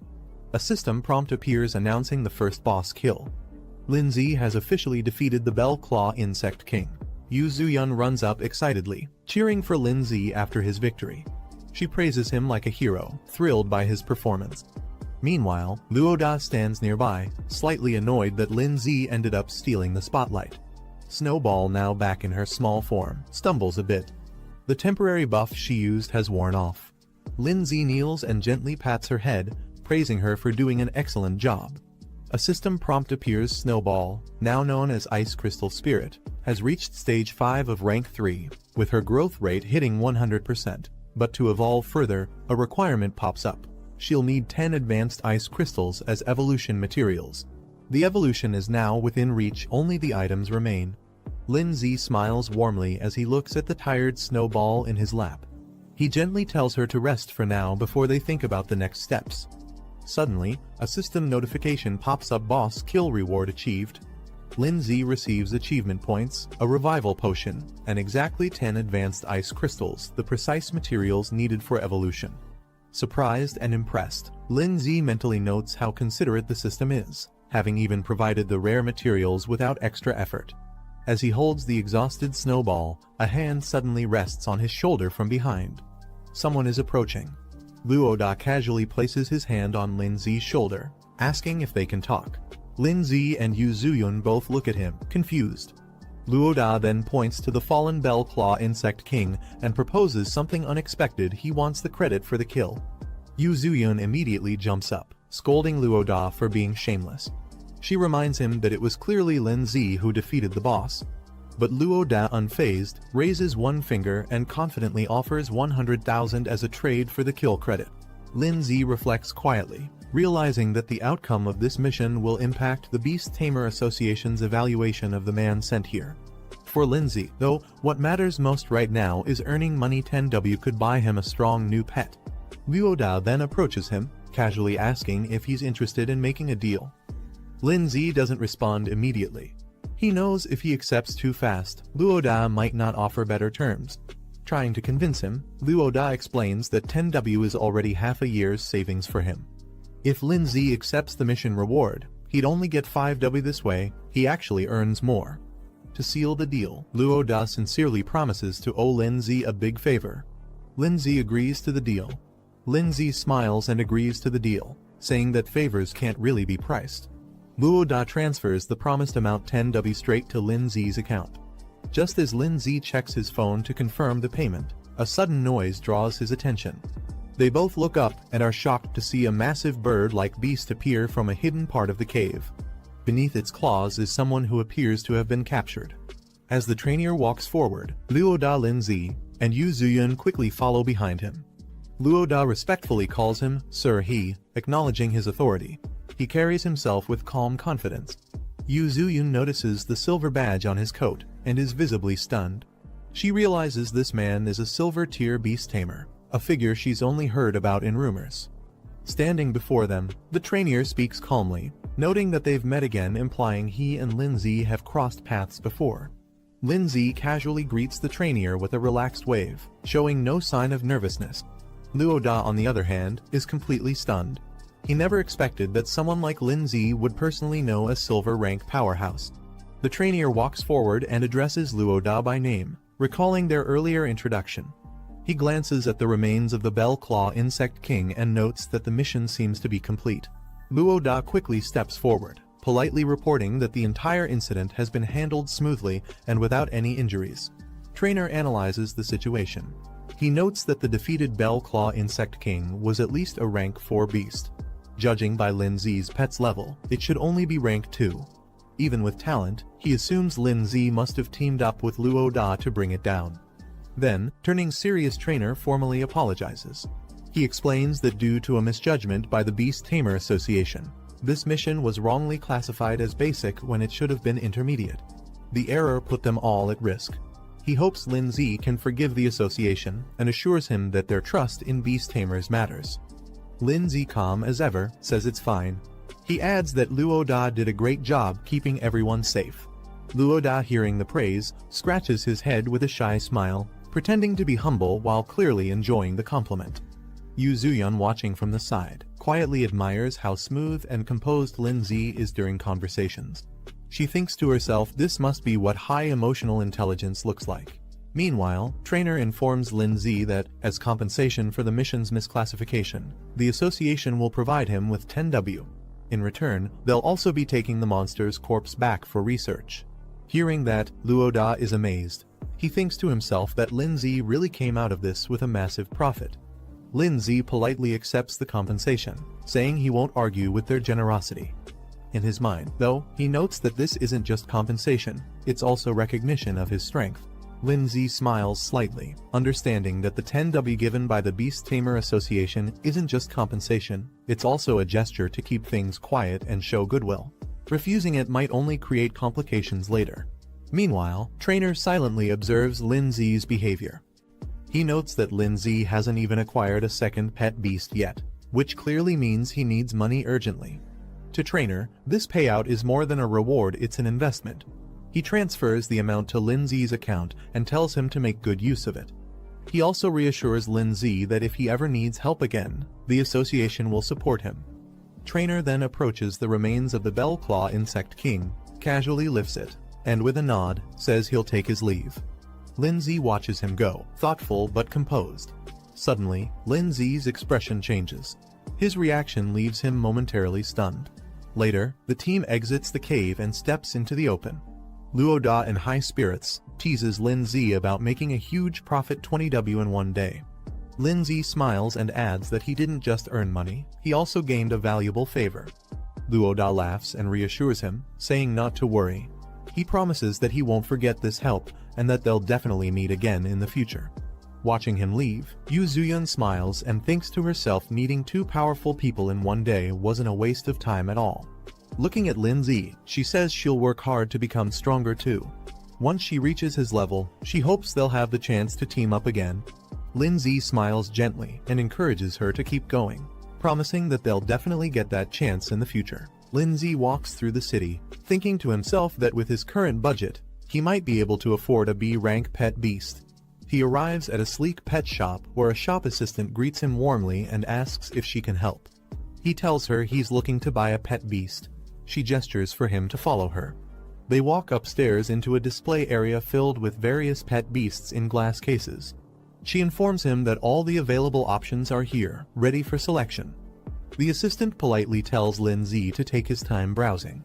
Lindsay walks through the display, observing the pet beasts. He figures out that in a regular store like this, B-rank pets are probably the highest tier options available. As he examines the beasts, some stand out like a skeletal creature, and a mushroom-type pet, both marked as B-rank with basic evolutionary paths. Then he spots a small fiery spirit beast. Lindsay instantly reacts this one has a hidden evolution route. But even with that, he notes that it doesn't come close to the potential of Snowball's evolved form, the Ice Queen who belongs to a completely different league. The assistant praises Lindsay's sharp eye for spotting the rare flame spirit. She explains that although it's a B-rank pet, it's considered top tier among its grade and is priced at 160,000. Lindsay is surprised by the cost. She adds that the price also includes materials needed for its evolution, trying to sweeten the deal. Lindsay politely says he'll look around a bit more.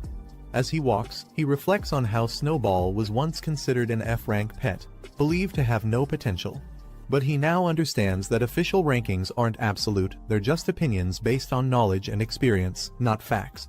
Suddenly, his system alerts him there's a hidden royal tier pet beast nearby with a concealed evolution route. As Lindsay continues browsing, something suddenly catches his attention. He pauses, surprised one of the pet beasts looks oddly familiar. He approaches a small, rock-like creature labeled as a rock type. At first glance, it seems simple, but something about it stands out.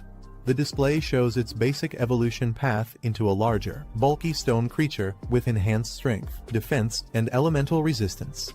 But what really surprises Lindsay is its hidden evolution route. It doesn't just grow stronger, it can evolve into a being known as the Rock God, tapping into ancient bloodlines and gaining the power to control Earth itself. Lindsay discovers the requirements for the rock-type beast's next evolution stage. He notes it needs full growth, elemental essence, and a rare powder, which hints at its hidden potential. He suddenly remembers why the creature looked familiar. It's the same base form that another person's pet, the giant rock beast, evolved from. But that one followed the normal path. What surprises Lindsay is that this version could take a completely different route, one that leads to a divine-level evolution, something the other owner likely had no idea about. He compares the two pets. Mentally, Ice Crystal Spirit is more of a burst damage and control type, fitting for a mage role. Meanwhile, this rock-type beast would evolve into a warrior type, focusing on strength and endurance. The assistant, cheerful and enthusiastic, tells Lindsay that the little rock beast is quite a popular choice, easy to raise, decent in battle, and very affordable. She offers it for 80,000, and Lindsay agrees to buy it without hesitation. He also requests some additional materials for its evolution, listing them confidently. Hearing his request, the assistant is confused. She points out that the rock beast can't evolve using those high-grade materials and questions if he's planning to actually use them on it, especially since they're expensive and meant for more advanced pets. Lindsay laughs it off, claiming the materials are meant for someone else as a gift, brushing aside her concern. Lindsay checks his remaining balance, only 20,000 left. He's a bit frustrated that the evolution materials cost more than the pet itself. The assistant completes the transaction and hands him the sealing orb. The little rock beast is sealed inside with a brilliant glow, confirming the contract. As the bond is formed, a notification pops up. Lindsay has successfully signed his second pet beast, and earns plus 300 achievement points for it. That evening, Lindsay prepares for training. He sits cross-legged with the materials laid out in front of him and begins the summoning. The little rock beast appears in a flash of blue energy, its growth rate currently at just 12%. Lindsay checks his available achievement points 800 total and realizes he needs to raise the pet's growth to 100% before anything else. He spends 220 points, boosting the rock beast to stage 2 with full growth. A bright light surrounds the creature as it levels up instantly. Lindsay sits comfortably with the rock beast in front of him. Looking at its cute and clumsy appearance, he thinks to himself no one would expect this little guy to carry a hidden god tier evolution path. He then instructs the rock beast to eat the evolution materials he prepared. The creature immediately reacts, charging forward and gobbling down one of the items. But before it can evolve fully, Lindsay reminds it there's still more to consume, pointing at the second item that remains untouched. Lindsay watches as the rock beast stubbornly shakes its head, refusing to eat the remaining evolution material. Surprised and annoyed, Lindsay scolds it, reminding the creature how expensive those materials were. To his shock, the little beast even throws a tantrum, stomping around in protest. Lindsay is left speechless. "You're actually mad now," he mutters in disbelief. Just then, a summoning light appears. The rock beast pauses, tilting its head in confusion as someone is about to arrive. A dark energy pulses through the room. Snowball appears, her expression cold and ominous. Lindsay quietly observes, noting that Snowball seems to have recovered well.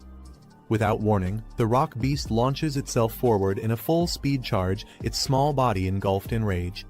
The impact as it crashes headfirst into Snowball with a loud burst. After the impact, Snowball stands firm, calmly holding an ice blade in her hand. The rock beast, now on the floor, looks defeated. But instead of staying down, it suddenly bursts into dramatic, exaggerated sobbing, flapping its tiny arms and crying loudly. Lindsay watches the whole thing unfold and rubs his forehead in disbelief. He can't help but sigh at how overly his new pet is. Snowball stands with arms crossed, staring down the trembling rock beast. Her presence alone is enough to make it nervous and retreats slightly in fear. The rock beast, overwhelmed, starts shaking and lets out a puff of smoke, panicking under the pressure. Suddenly, a screen flashes. Snowball's growth rate reaches its peak, signaling a major breakthrough. Just then, Lindsay appears surrounded by a sinister red aura. His presence shifts dramatically, and the atmosphere becomes heavy. The red aura around Lindsay intensifies, bursting out in a violent surge of energy. Moments later, a new rock stands where the energy burst rock beast has evolved into a terrifying armored warrior form. Its entire body is clad in jagged, dark stone, exuding raw strength. A system panel flashes, confirming its evolution. The rock beast has now reached stage 9 of rank 2. It possesses several new skills and even greater potential, requiring 100% growth and rare earth elemental materials for its next divine evolution. Lindsay casually mentions that the evolution of rock beast into this form was something they clearly didn't see coming. The evolved rock beast glares intensely, its red eyes glowing beneath the armored helmet. Lindsay turns in surprise, sensing the sudden danger, but before he can react, the ground erupts beneath him. Rock beast has launched a powerful ground spike attack straight at him. As the spikes rush forward, Snowball reacts instantly, dashing through the air to intercept the attack, aiming to protect Lindsay before the strike lands. Rock beast charges forward with a brutal punch, aiming to crush everything in its path. A massive cloud of frost and mist explodes out as Snowball counters the attack. The sudden defense catches rock beast off guard. Its expression shifts from rage to confusion. Snowball emerges with a solid block of ice, her ice shield firmly raised to block the blow, standing her ground with calm determination. Rock beast glares at Lindsay, frustrated that its attack was blocked. Lynn, startled, reacts as the beast's presence overwhelms the room. A system alert appears. Snowball now meets the conditions for evolution. Lindsay steps up with confidence, ready to show who's really in control. He activates the evolution, using 10 high-level ice materials. Bright light surrounds Snowball as the transformation begins. In the next moment, her silhouette shifts, her body surges with power, glowing with icy blue energy. Rock beast tries to brace itself, but it's too late. An icy blast crashes through the room, forcing it on the defensive. A notification appears. Snowball's evolution has succeeded. From the mist, her new form is revealed, no longer the small frost spirit, She now stands tall and elegant as the Snow Lady, surrounded by swirling frost and glowing blue energy. Another system screen outlines her new abilities: upgraded ice blade attacks, improved reflective shields, and a devastating storm that enhances the extreme cold domain, turning it into a full-blown blizzard. As the newly evolved Snow Lady steps forward, Lindsay observes with excitement. Not only has she evolved, but her abilities have upgraded too. Facing her intimidating presence, Rock Beast hesitates, its stance weakens, and for the first time. Suddenly, sharp ice spikes rise up from beneath, catching Rock Beast off guard. Lindsay calmly gives the command, calling out Snow Ladies. Snow Lady unleashes a barrage of sharp icicles from above, raining them down on Rock Beast. Caught off guard, it stares up in shock, unable to react in time. Moments later, Rock Beast is on the ground, completely overwhelmed. Snow Lady stands tall. Lindsay walks over serious. He reminds Rock Beast of their contract: if it's going to stay under his command, obedience is non-negotiable. As he gives a final warning, if Rock Beast continues to act out of line, he won't hesitate to destroy it. Rock Beast trembles as Lindsay steps forward, asking firmly whether it will finally submit. With pressure still looming from the icicles above, Rock Beast quickly bows its head in agreement. But Lindsay doesn't let it off easily. He warns that next time, there won't be any second chances. Under the cold rain of icicles, Rock Beast gulps, completely intimidated. The beast clings tightly to Lindsay's leg like a child begging for forgiveness, while Snow Lady watches silently. Lindsay opens the door, only to be immediately confronted by a muscular man in a black tank top. The man is furious, demanding to know why Lynn caused such chaos in the middle of the night. He points out the damage done to his home, especially the ruined wall. Trying to smooth things over, Lindsay puts on a nervous smile, apologizing and offering to cover the damages. But the man doesn't buy it. He snaps, saying this isn't the first time, and demands compensation not just for repairs, but for his mental stress too. He throws out a number, at least 300,000. Lindsay is stunned at the demand. 300,000. His face twists in disbelief. But the angry neighbor confirms it, insisting Lynn must pay up within 3 days.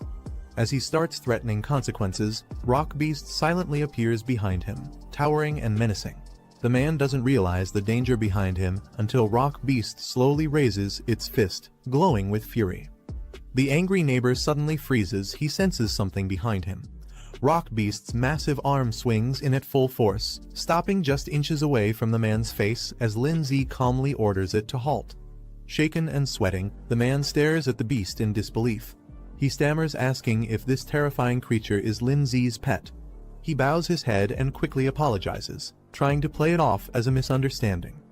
Rock Beast glares silently at the neighbor, its glowing red eyes narrowing with threat. Shaking, the angry neighbor quickly backs down, waving his hands nervously. He mutters that there's no need for compensation anymore, it's all a misunderstanding. Lindsay simply smiles. He reassures the man that it's no big deal, as long as they don't fuss over small things. Later that night, Lindsay sleeps peacefully in bed. Snowball, now in her evolved ice crystal spirit form, lies beside him. Nearby, Rock Beast sits on the floor. Morning light shines through the windows, and the city awakens. Inside the room, Snowball is playing a song on her phone. The cheerful, loud music suddenly startles Lindsay, who bolts up in surprise as the lyrics echo through the room.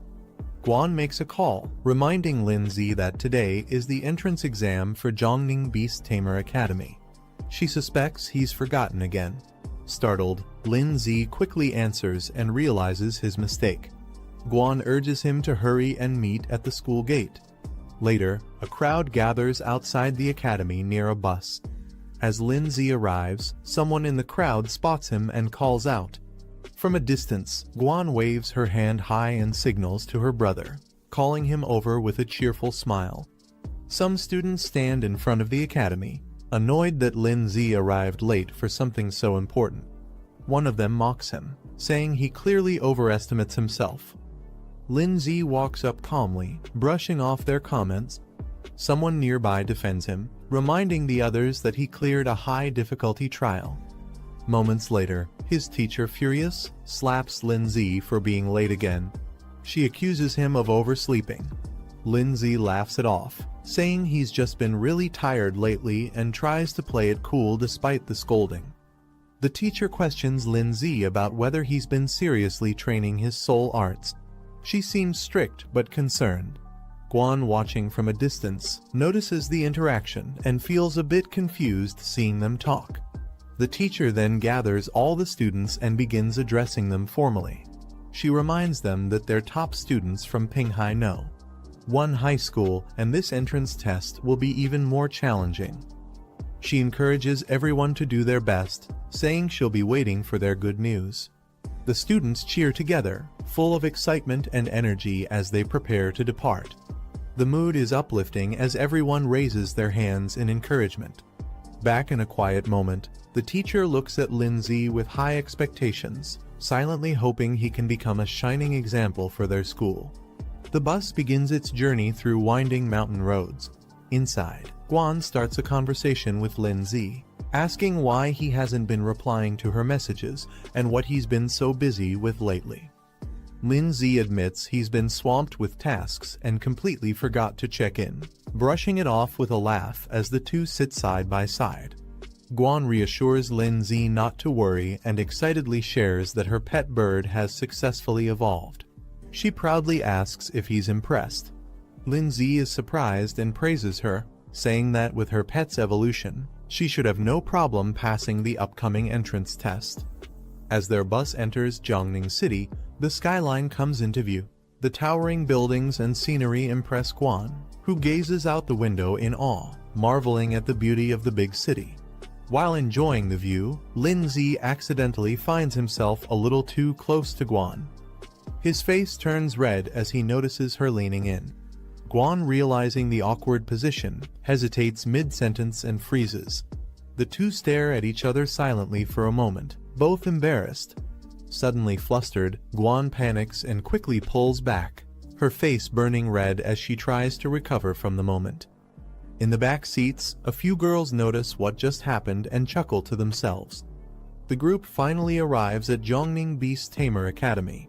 The building stuns everyone. It's grand, luxurious, and more magnificent than expected. Some students are amazed, calling it impressive and cool. They admire the fountains, statues, and palace design. One student remarks that just being able to attend a place like this makes all the effort worth it. As Lindsay walks forward, he calmly tells someone to step aside. A group of students led by a calm, confident man walks toward the academy gates. Their school is introduced, and their team has 17 students. Moments later, another group arrives, this time more energetic and aggressive. A muscular guy and a girl with pink twin tails lead the team of 21 students from a different school. Watching them, one of the pink-haired girls from Lindsay's side nervously reminds Guan that as their class leader, she can't afford to lose to them. Lindsay gives Guan a thumbs up, silently encouraging her before she steps forward confidently with her team. Their group, Pinghai No. 1 High, steps up to register 12 students in total. Nearby, a student from another school watches them and sneers, calling them country bumpkins. A map briefly highlights the regional status of Pinghai, indicating that it's seen as more remote compared to the cities of Canyon and Kinping, explaining the bias others have toward them. A student boldly charges forward and punches a giant statue. A man in a white coat appears, praising the student's spirit.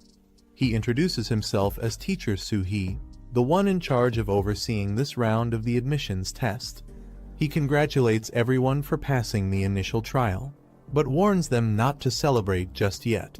He explains that this entrance exam is much tougher than the beast taming trials they've faced before. Based on previous years, only 10 out of everyone present will be accepted. The elimination rate is 80%. One of the girls from Pinghai gets worried. She thinks since they passed the easier trial, they'll definitely be eliminated now. A cocky student from another school mocks them, saying Pinghai students don't stand a chance and should just give up. The pink-haired girl snaps back, clearly annoyed. Meanwhile, the tall, muscular guy casually asks his teammate Xinyi who else besides the two of them might pass. She doesn't answer, just looks silently and blows her bubble gum. She observes another boy and comments that he seems strong. Meanwhile, she blowing bubble gum, watches the crowd suspiciously. Lindsay also notices something strange about one of the students. He can't put his finger on it, but the guy feels oddly familiar. Xinyi murmurs that something about him just seems off. She blows her bubble gum. The boy beside her notices and asks what's wrong.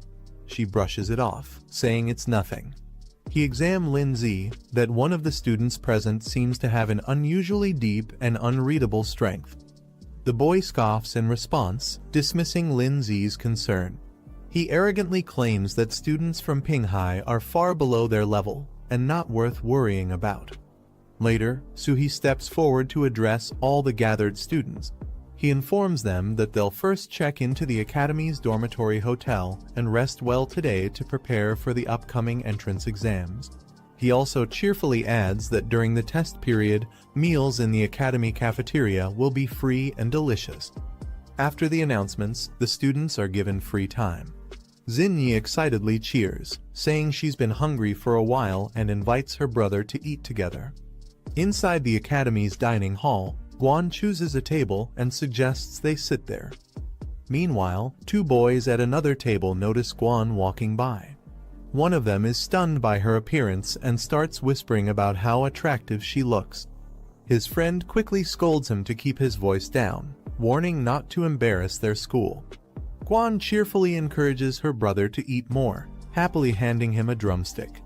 He nervously chuckles, already overwhelmed by the mountain of food in front of him, insisting he's already full. Meanwhile, Xiao Yun and Si Yan approach with their plates, teasing Guan for not sharing food with them. They joke that she and her brother act just like a couple. Embarrassed, Guan turns bright red and quickly tells them to stop. One of the boys at the nearby table is shocked to see that Lindsay is now surrounded by even more girls. He exclaims in disbelief that Lindsay somehow keeps attracting them. His friend becomes visibly frustrated, calling it unfair. He can't understand why Lindsay is so popular despite thinking he himself looks better. As some time, a large student politely approaches Guan, Lindsay, and the group, asking if he can sit with them. Guan glances up at him silently. The student is allowed to sit at the table. He takes a seat beside Lindsay and introduces himself with a friendly smile, saying he's from Kinpinghai and his name is Zhuxing. Curious, Lindsay looks over and asks what he wants. While eating, Zhuxing mentions he heard rumors about a high schooler from Pinghai who managed to clear an extremely difficult level. He wonders aloud if that student came to the academy as well. Xinyi and the other girls question Zhuxing's intentions, accusing him of trying to gather intel before the exams even begin. Zhuxing nervously waves his hands, claiming he just wants to make friends. He admits that since he's not particularly outstanding, gaining information is his best shot at having a chance in the upcoming tests. Guan responds bluntly, saying they don't have anything to share and tells him to leave. Embarrassed but trying to stay friendly, Zhuxing laughs awkwardly and says they shouldn't be so harsh. He adds that he already has a general idea of the capable candidates among the current exam group.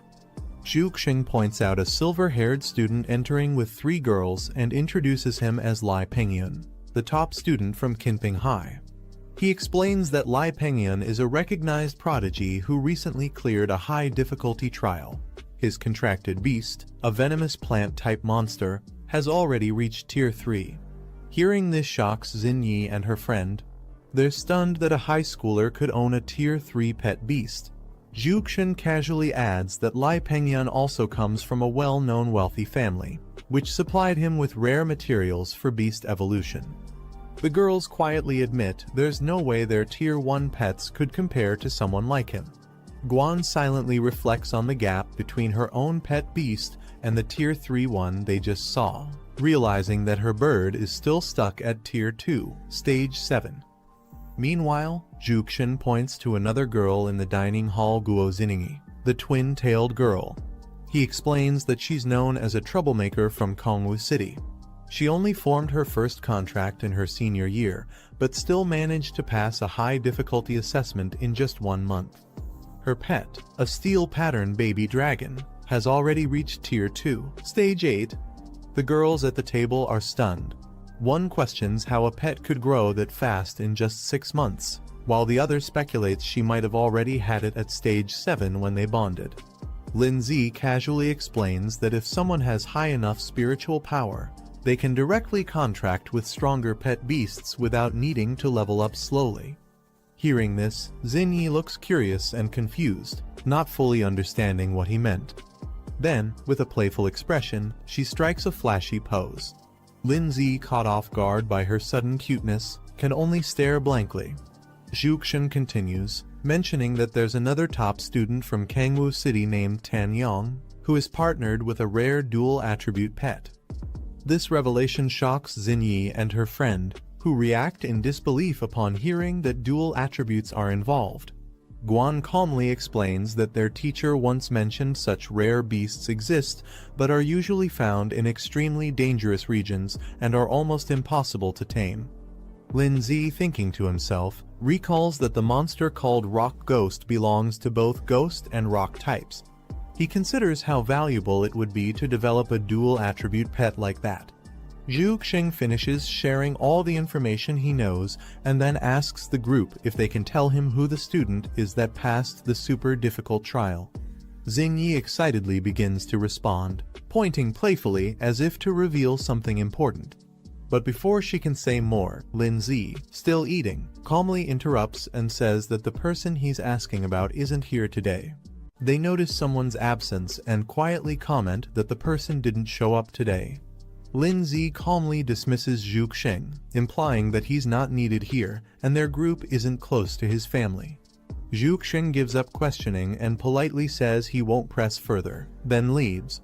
As he walks away, Zhu Xing thinks to himself that they're clearly hiding something. He suspects one of them might be the person capable of passing the highest level difficulty trial. Zhu Xing walks past a table of 3 other students. One of them eyes Lindsay's group and suggests testing that boy soon. Meanwhile, Xiao Yun questions Lindsay directly, asking why he didn't reveal the truth.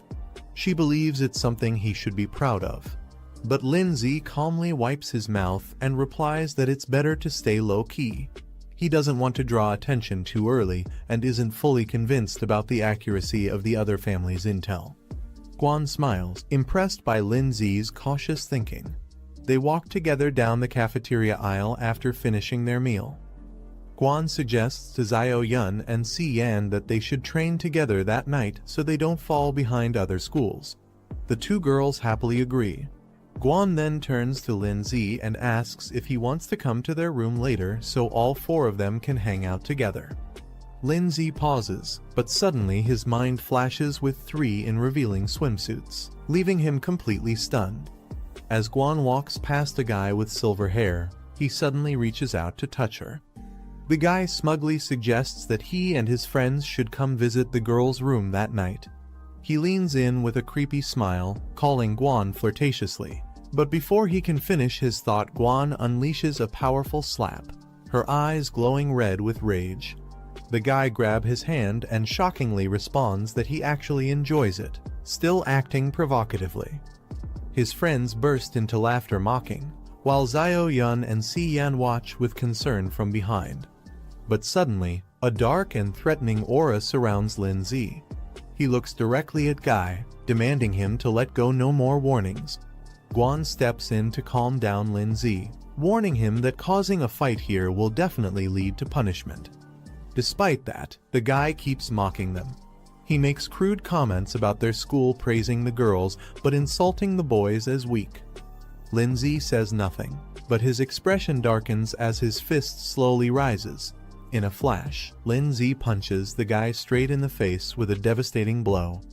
After Lindsay's punch sends the guy flying, his companions rush forward angrily, ready to fight back. But Lindsay stands firm, surrounded by a dark, furious aura. He coldly warns them that they can say whatever they want to him, but insulting or threatening Guan is unacceptable. His intense aura freezes the 2 in place. They watch in shock as their friend lies unconscious behind them. Lindsay, consumed by rage, declares that he won't let the guy off easily after everything he said and did. The guy, now furious, challenges Lindsay to settle things right there with a fight. Just as he's about to attack, someone suddenly grabs his arm to stop him. Pengyun steps in and tells him not to make a scene or disgrace their side here. The haired guy is shocked and calls out to him in frustration. Pengyun calmly acknowledges Lindsay's punch, saying it was powerful and suggests both sides should consider things settled. But Lindsay doesn't agree. He makes it clear that, for him, this matter isn't over yet. As Pengyun helps carry away his injured teammate, he tells Lindsay that the guy will be punished back home, but if Lindsay still has a problem, he can bring it to him directly. The two of them lock eyes, and a surge of intense energy flares between them. After everything settles, Guan suggests they leave, gently pulling at Lindsay's sleeve. He pauses silently for a moment, then agrees with a calm expression. As they begin walking away, Lindsay casually mentions their next focus getting ready for the upcoming exam. Xiao Yun cheers behind them, calling Lindsay cool as the group exits together. Elsewhere, Pengyun smirks in the shadows, finally confirming his suspicion Lindsay is the one to watch. Later that night, at a luxurious dorm, steam rises from the bathroom as the girls Guan, Xiao Yun, and Si Yan relax together in the bath. Guan looks annoyed as all three squeeze into the tub, asking why they barged in together. Xiao Yun just grins mischievously and says it's their way of thanking her for training them, clearly enjoying the moment a bit too much. Si Yan happily shares that their pet beasts have now reached Tier 2, meaning they're finally strong enough to win upcoming battles. As a thank you, she and Xiao Yun excitedly offer to give Guan a massage, but things get a little too enthusiastic. Guan, flustered and blushing, yells at them to stop touching her randomly. Inside a grand hall, students gather in neat rows facing a glowing red portal. At the front, Suhi addressing the crowd, claiming he has good news based on their recent exam performance. He reveals his true opinion: this group has the lowest scores he's seen, and he doesn't expect much from them. Xiao Yun, embarrassed, yells in disbelief. Behind her, a few boys argue and point fingers, blaming others for dragging down the group's results. Xiao Yun, fired up and furious, shouts at the student who mocked her group. She warns him not to cross paths with her after the exam, or he'll regret it. Meanwhile, Suhi explains the gathered students it will take place inside the illusion realm created by the Origin Stone Monument. There will be no difficulty selection, everyone will face the same trial. As the monument activates, the test name is revealed: Mystic Forest Trial. The surface of the crystal lights up, showing a vibrant, dangerous forest filled with magical creatures and traps. Inside the illusionary mystic forest, dangerous beasts with glowing eyes roam, ready to attack anything that enters their territory. Suhi explains the exam rules. Each participant will receive a point tracker, and their score will increase based on the beasts they defeat. He then outlines the scoring system. Defeating a level 1 beast earns 10 points, a level 2 beast grants 20 points, and a level 3 beast gives 40 points. However, Suhi warns them the forest is brutal. If their pet or the student themselves is eliminated, they'll be considered disqualified. He adds that in the forest center, there's a ranking monument displaying the top 10 players' scores and their current locations, making them both targets and competitors. As students process the exam details, some begin to panic. One of them voices concern about the presence of level 3 beasts, worrying they'll be instantly eliminated if encountered. Suhi continues the announcement. The exam will last 4 hours, and at the end, only the top 10 scorers will be selected based on points. Suddenly, Lai Pengyun raises his hand and asks a sharp question: can they only hunt beasts to earn points? Suhi grins darkly and praises the question. Then, he reveals the twist. Defeating other participants is allowed, and if they do, they'll inherit all of their opponent's points. The students react in outrage. Many can't believe such brutal rules are allowed. Some argue that it encourages betrayal among classmates. One student proposes forming a group to eliminate competitors from other schools to secure a top spot.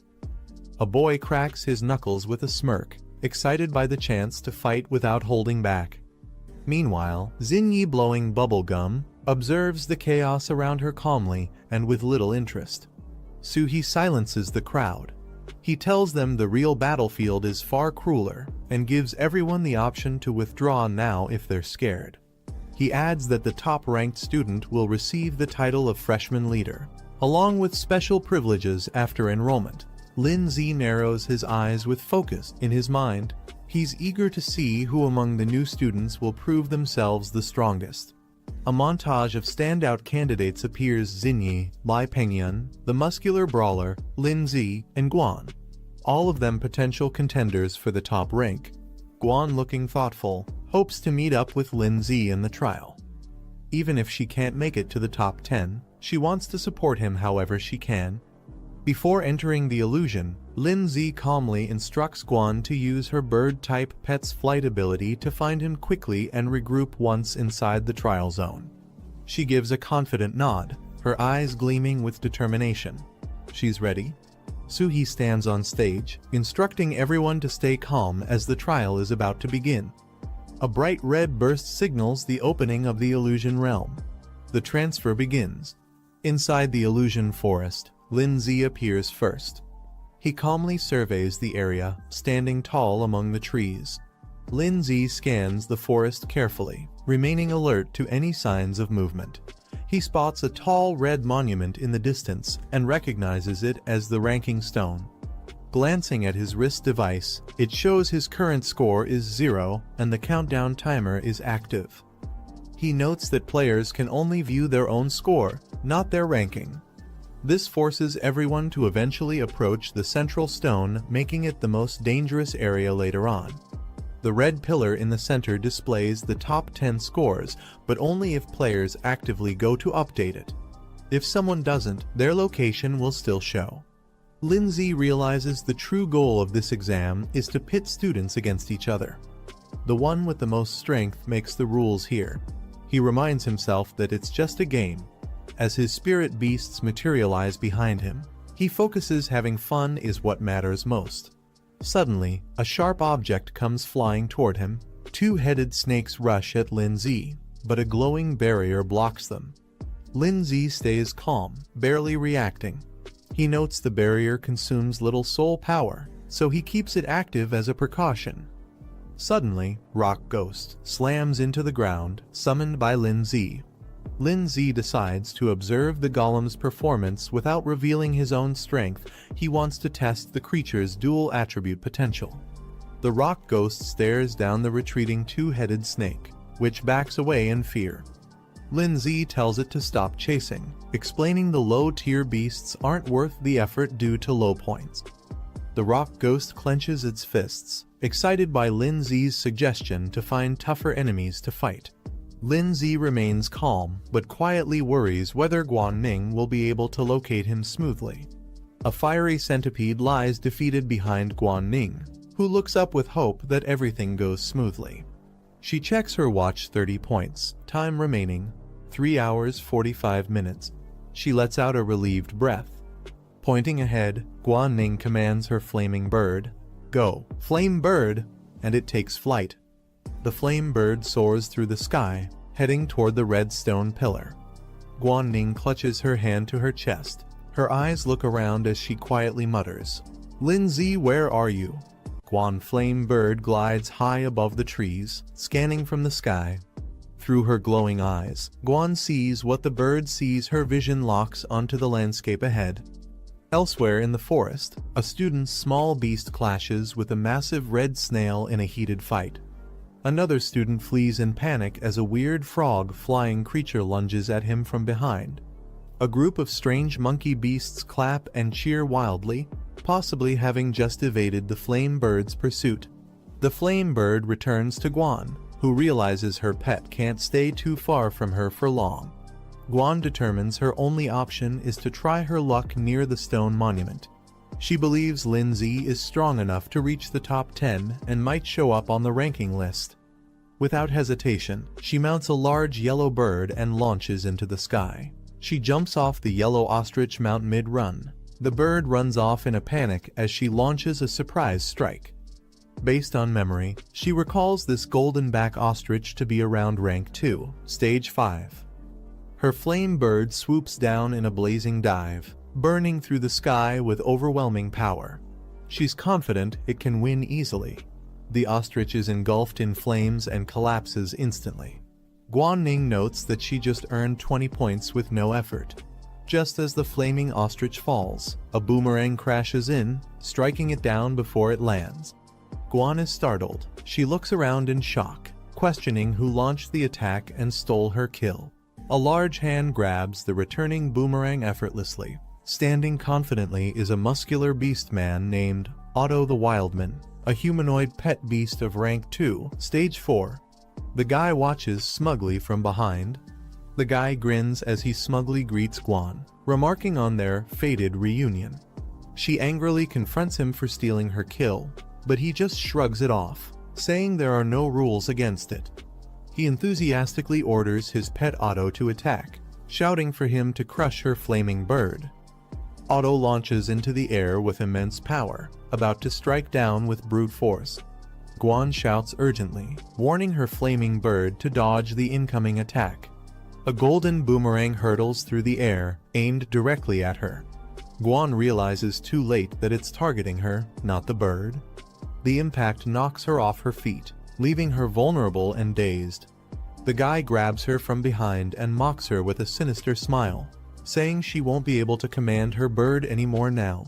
He smugly explains how humanoid-type beasts like his have high intelligence, allowing them to act independently while his commands are just suggestions. His beast grabs Guanning flaming bird tightly, restraining it completely. The guy creepily whispers to Guanning, enjoying her helpless state before she gets eliminated. On the other side of Lindsay, he checks his wrist display. His current score is 40 points, and 3 hours 28 minutes remain in the exam. Rock Ghost silently finishes off another beast and tosses the body aside, while Lindsay calmly walks ahead without turning back. He casually checks his wrist tracker again as he hears strange sounds from deeper in the forest. A strange-looking creature called Big Belly Beast appears. It's a round, heavy-looking beast being led by a player. He spots them and smirks, thinking this will be an easy score. Zhu Xing checks his wrist tracker, revealing he already has 60 points. He advises himself not to get too relaxed. He suddenly notices the arrival of Lindsay. Recognizing him, he mentions they've met in the cafeteria before. Lindsay smiles calmly, thinking to himself that this guy probably doesn't know his identity. Since he seems informed, he could be useful. Rock Ghost stands proudly, drawing Lindsay off. He wonders if it's a rare beast since he's never seen one like it before. Zhu Xing watches from a distance, assuming Lindsay isn't the same Lindsay who passed the advanced trial. He believes Lin uses an ice-type beast, unlike the golem beside him. Lindsay smiles and humbly claims his beast is nothing special, just a basic D-rank pet that reached level 2. Zhu Xing proudly presents his unusual and rare monster, a mutated beast that has already reached level 2, stage 7. Zhu Xing boasts further, offering to let Lindsay follow him and earn points together. He promises that if Lin listens to him, he'll easily get into the top 10. Lindsay excitedly celebrates, thinking he's finally found a teammate to rely on. However, Zhu Xing secretly grins, thinking Lindsay is a fool. He plans to use Lin's strength and then betray him once he's no longer useful.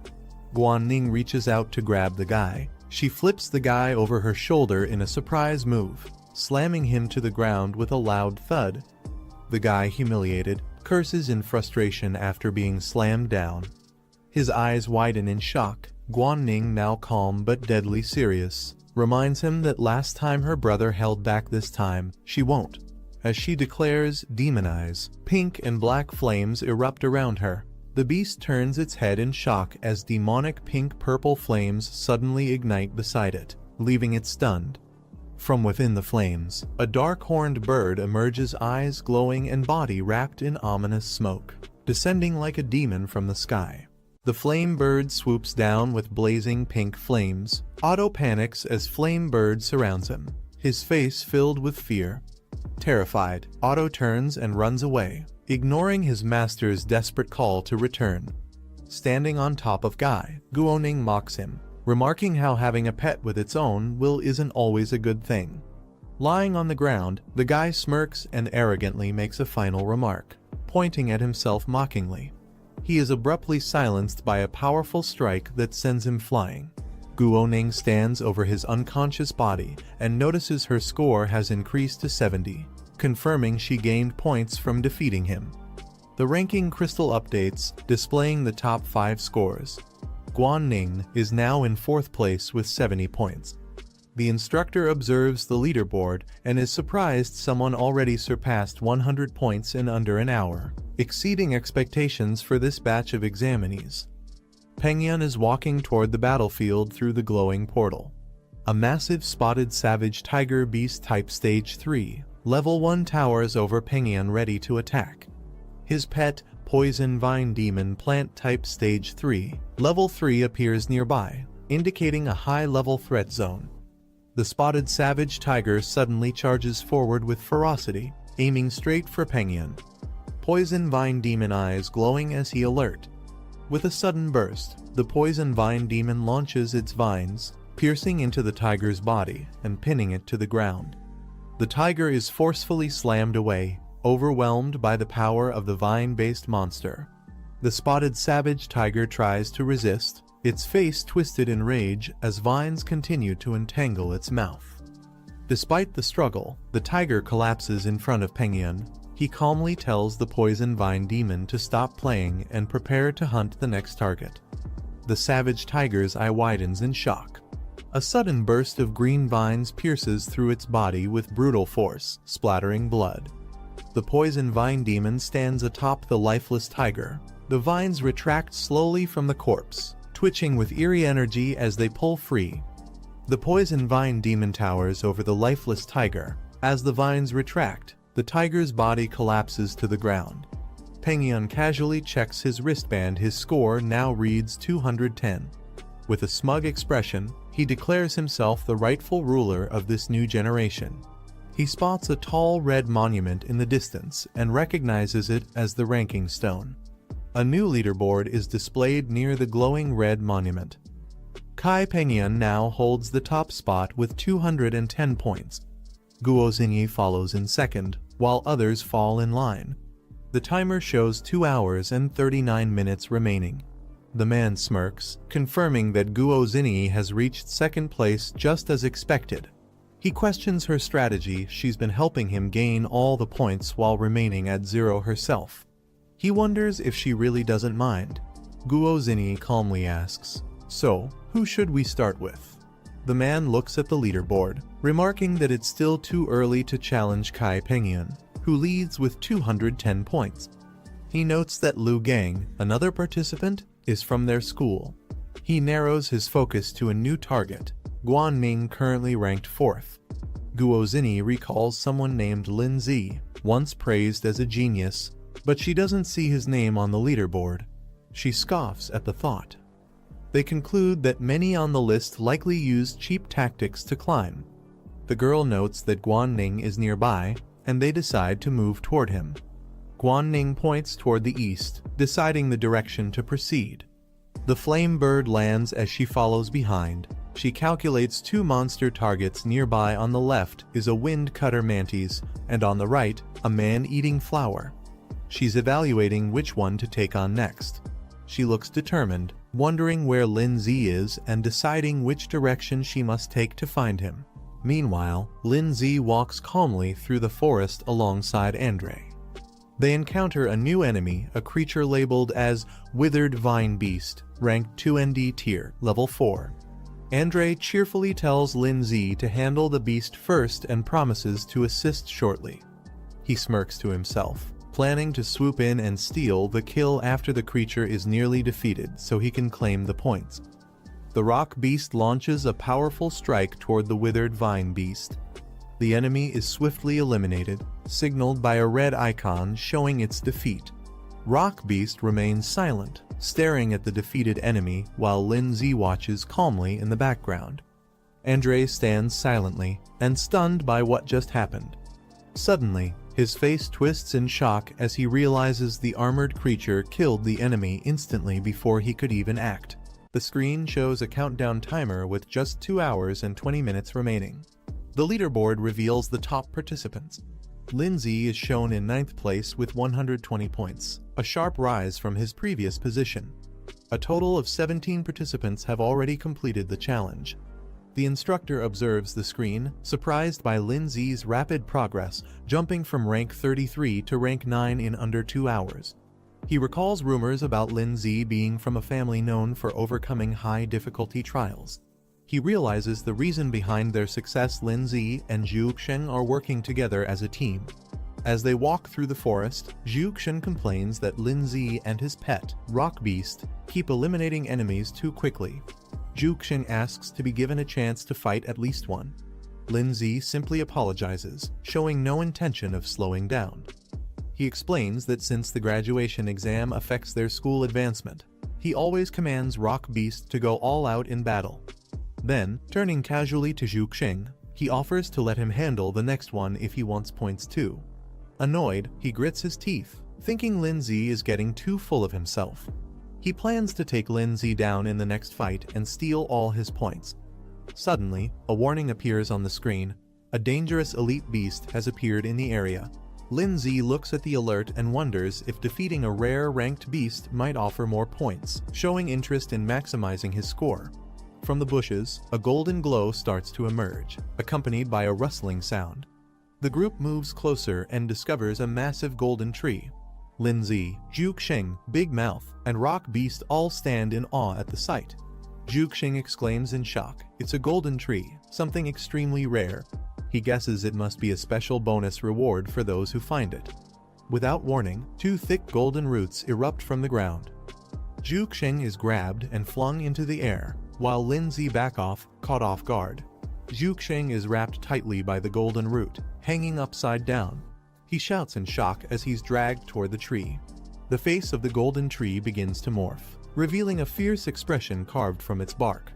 The tree reveals its monstrous form with multiple writhing limbs and a skull-like face. A system panel identifies it as a golden ant beast, a plant-type stage 9 elite. Terrified, Zhuxiang recognizes the beast. It's a golden ant beast, a dangerous creature far beyond what they expected. Panicking, he desperately shouts for help from his pet, Big Mouth.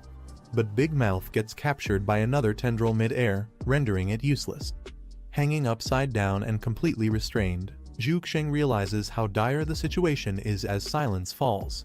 He's left speechless. He realizes in panic that the golden ant beast isn't just restraining him, it's actively draining his energy. He urgently calls for Lindsay's help. Lindsay, however, calmly reminds him that they agreed each person would handle one beast. He doesn't look very concerned. Desperate and upside down, Zhuxiang pleads for teamwork. He insists this situation is different. The enemy is far too powerful, and they need to join forces. Lindsay casually walks away with Rock Beast, waving off Zhuxiang's cries. He encourages Zhuxiang, saying he trusts him to find a way to win and promises to leave it to him. Zhuxiang panics as the golden root tightens around him. He desperately begs Lindsay not to leave and pleads for help. Lindsay stops and says he can help but wants to know what's in it for him, showing he's not about to help for free. Frustrated, Zhuxiang curses him internally for trying to negotiate at a time like this. But realizing he has no choice, he offers to share secrets he knows about others. Interested, Lindsay turns to face the golden tree and simply replies, "Talk." He blurts out a major secret he knows about the exclusive soul skills of Lai Pengyan and Guo Zinyi. He begs Lindsay to save him first. Lindsay processes the intel, thinking it's important. He compares the soul skills to Rhoda's enhancement techniques. Then, he calls out to his pet, Rock Beast. Responding to the command, Rock Beast prepares to attack. Lindsay instructs it to use its crushing strike and aim for the enemy's abdomen. Rock Beast dashes forward with full power, ready to execute a powerful attack against the golden ant beast. As Rock Beast charges in, the golden ant beast quickly counters, striking the ground with multiple vine in a defensive barrage. Rock Beast weaves through the incoming attacks, dashing aggressively with glowing red eyes, closing the gap between it and the monster. Just as Rock Beast leaps in for a blow, a thick golden limb intercepts, swatting it away with incredible force before it can strike the target. Rock Beast is slammed hard against the ground by the golden root. Rock Beast launches a fierce strike with incredible speed, aiming directly at the golden ant beast. Golden vines shoot up in response, clashing with explosive force and completely intercepting the attack. In an instant, Rock Beast is wrapped tightly by multiple vines, completely immobilized and restrained in mid-air. Watching from a distance, Lindsay assesses the situation. He notes that even a Stage 2 Level 9 Rock Beast is struggling against the Stage 3 Level 9 Golden Ant Beast, revealing the gap in power. Lindsay watches as Rock Beast is completely restrained by the golden vines. Realizing it's stuck, he thinks about secretly summoning another pet, his trump card, the Snow Girl. Suddenly, something unexpected has caught his attention. Despite being tightly bound, Rock Beast's eyes glow intensely. It lets out a low growl, resisting the pressure as its body begins to react. Lindsay shouts out in alarm, calling Rock Beast's name. Rock Beast begins to power up. Lindsay shouts at it, demanding it break free with everything it has. The Golden Ant Beast notices the rising energy and reacts. Its vines surge forward, tightening around Rock Beast in a panic. The monster wraps Rock Beast completely, entangling it into a massive vine cocoon, trying to suppress it with overwhelming force. Rock Beast's body begins to disintegrate into energy, vanishing inside the vine prison. Zhu Xing screams in horror. He believes Rock Beast is finished, completely absorbed by the Golden Ant Beast. Lindsay stands before a glowing portal as a countdown reads 1 minute and 54 seconds. The number of current participants is shown to be 27. Inside the observation room, the instructor watches closely. He reflects on Lindsay's decision to challenge a high-difficulty trial, curious to witness the true strength this young prodigy possesses. The Golden Ant Beast tendrils writhe through the air. Suddenly, dark and purple energy begins to spiral upward, forming a chaotic vortex. Lindsay looks surprised as he notices a sudden change in his surroundings. In a burst of energy, the Rock Beast, Lindsay's pet, undergoes a powerful transformation. Now enveloped in glowing blue energy, its form becomes humanoid and shadowy, radiating strength. A system notification appears, announcing the unlocking of a new skill, Ghost Spirit Form, active for 30 seconds. Zhu Xing, now trapped by the Golden Ant Beast, hangs upside down in shock. He stares at the transformed Rock Beast, unable to comprehend what he's seeing. From a distance, Lindsay observes that the dual attribute beast now possesses unique abilities. He's eager to test how powerful the Rock Beast is in this new Ghost Spirit form. The Ant Beast lets out a furious roar and charges forward. Its glowing golden tendrils lash out wildly, launching a fierce assault. The transformed Rock Beast, now in its Ghost Spirit form, swiftly dodges the incoming attacks. The tendrils pass right through it without causing any damage. Zhu Xing watches in shock as the Golden Ant Beast continues its rampage, but its attacks prove useless. Lindsay realizes that the Rock Beast, in this state, has no physical body, allowing it to completely negate all physical attacks and control effects. Lindsay looks at the system interface that displays the Rock Beast's skill list. One of the skills, Shatter Impact, is currently disabled, but others like Stone Projectile and Earth Spike remain usable. He calmly issues a command to the Rock Beast. He instructs it to use its Stone Projectile skill and target the enemy's eyes and abdomen for maximum damage. Responding immediately, the Rock Beast in Ghost Spirit form charges energy into its hands. Blue aura surges around it, ready to launch with precision. The stones are fired with immense force, striking the Golden Ant Beast directly. The Golden Ant Beast lets out a cry and stumbles backward, visibly injured. Its body twists in pain while Zhu Xing still trapped. Lindsay observes calmly, but his thoughts are serious. He realizes that the level difference between them and the Golden Ant Beast is too great. The damage they've dealt so far isn't enough to bring it down. Zhu Xing, panicking, yells for his pet Big Mouth to run while carrying him away. Big Mouth bolts forward with surprising speed, dragging Zhu Xing to safety. While bouncing along, Zhu Xing curses his luck.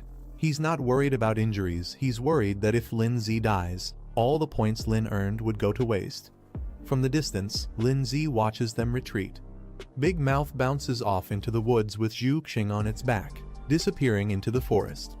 The golden ant beast roars again, unleashing a barrage of golden tendrils. Lindsay calmly calls out the name of Snowball. The tendrils rush toward him, but he stands firm. With a burst of energy, Snowball appears beside Lindsay, surrounding them both in a shimmering blue aura. Snowballs begins activating her power. She unleashes her powerful ice magic. Giant frozen cyclones erupt around her as a snowstorm covers the battlefield. The golden ant beast roars, caught off guard by the sudden temperature drop. Amid the swirling ice, the transformed rock beast now with his first form steps forward. Lindsay gives the order, and the rock beast launches forward at full speed. It activates the skill Shatter Impact, channeling all its power into a destructive charge.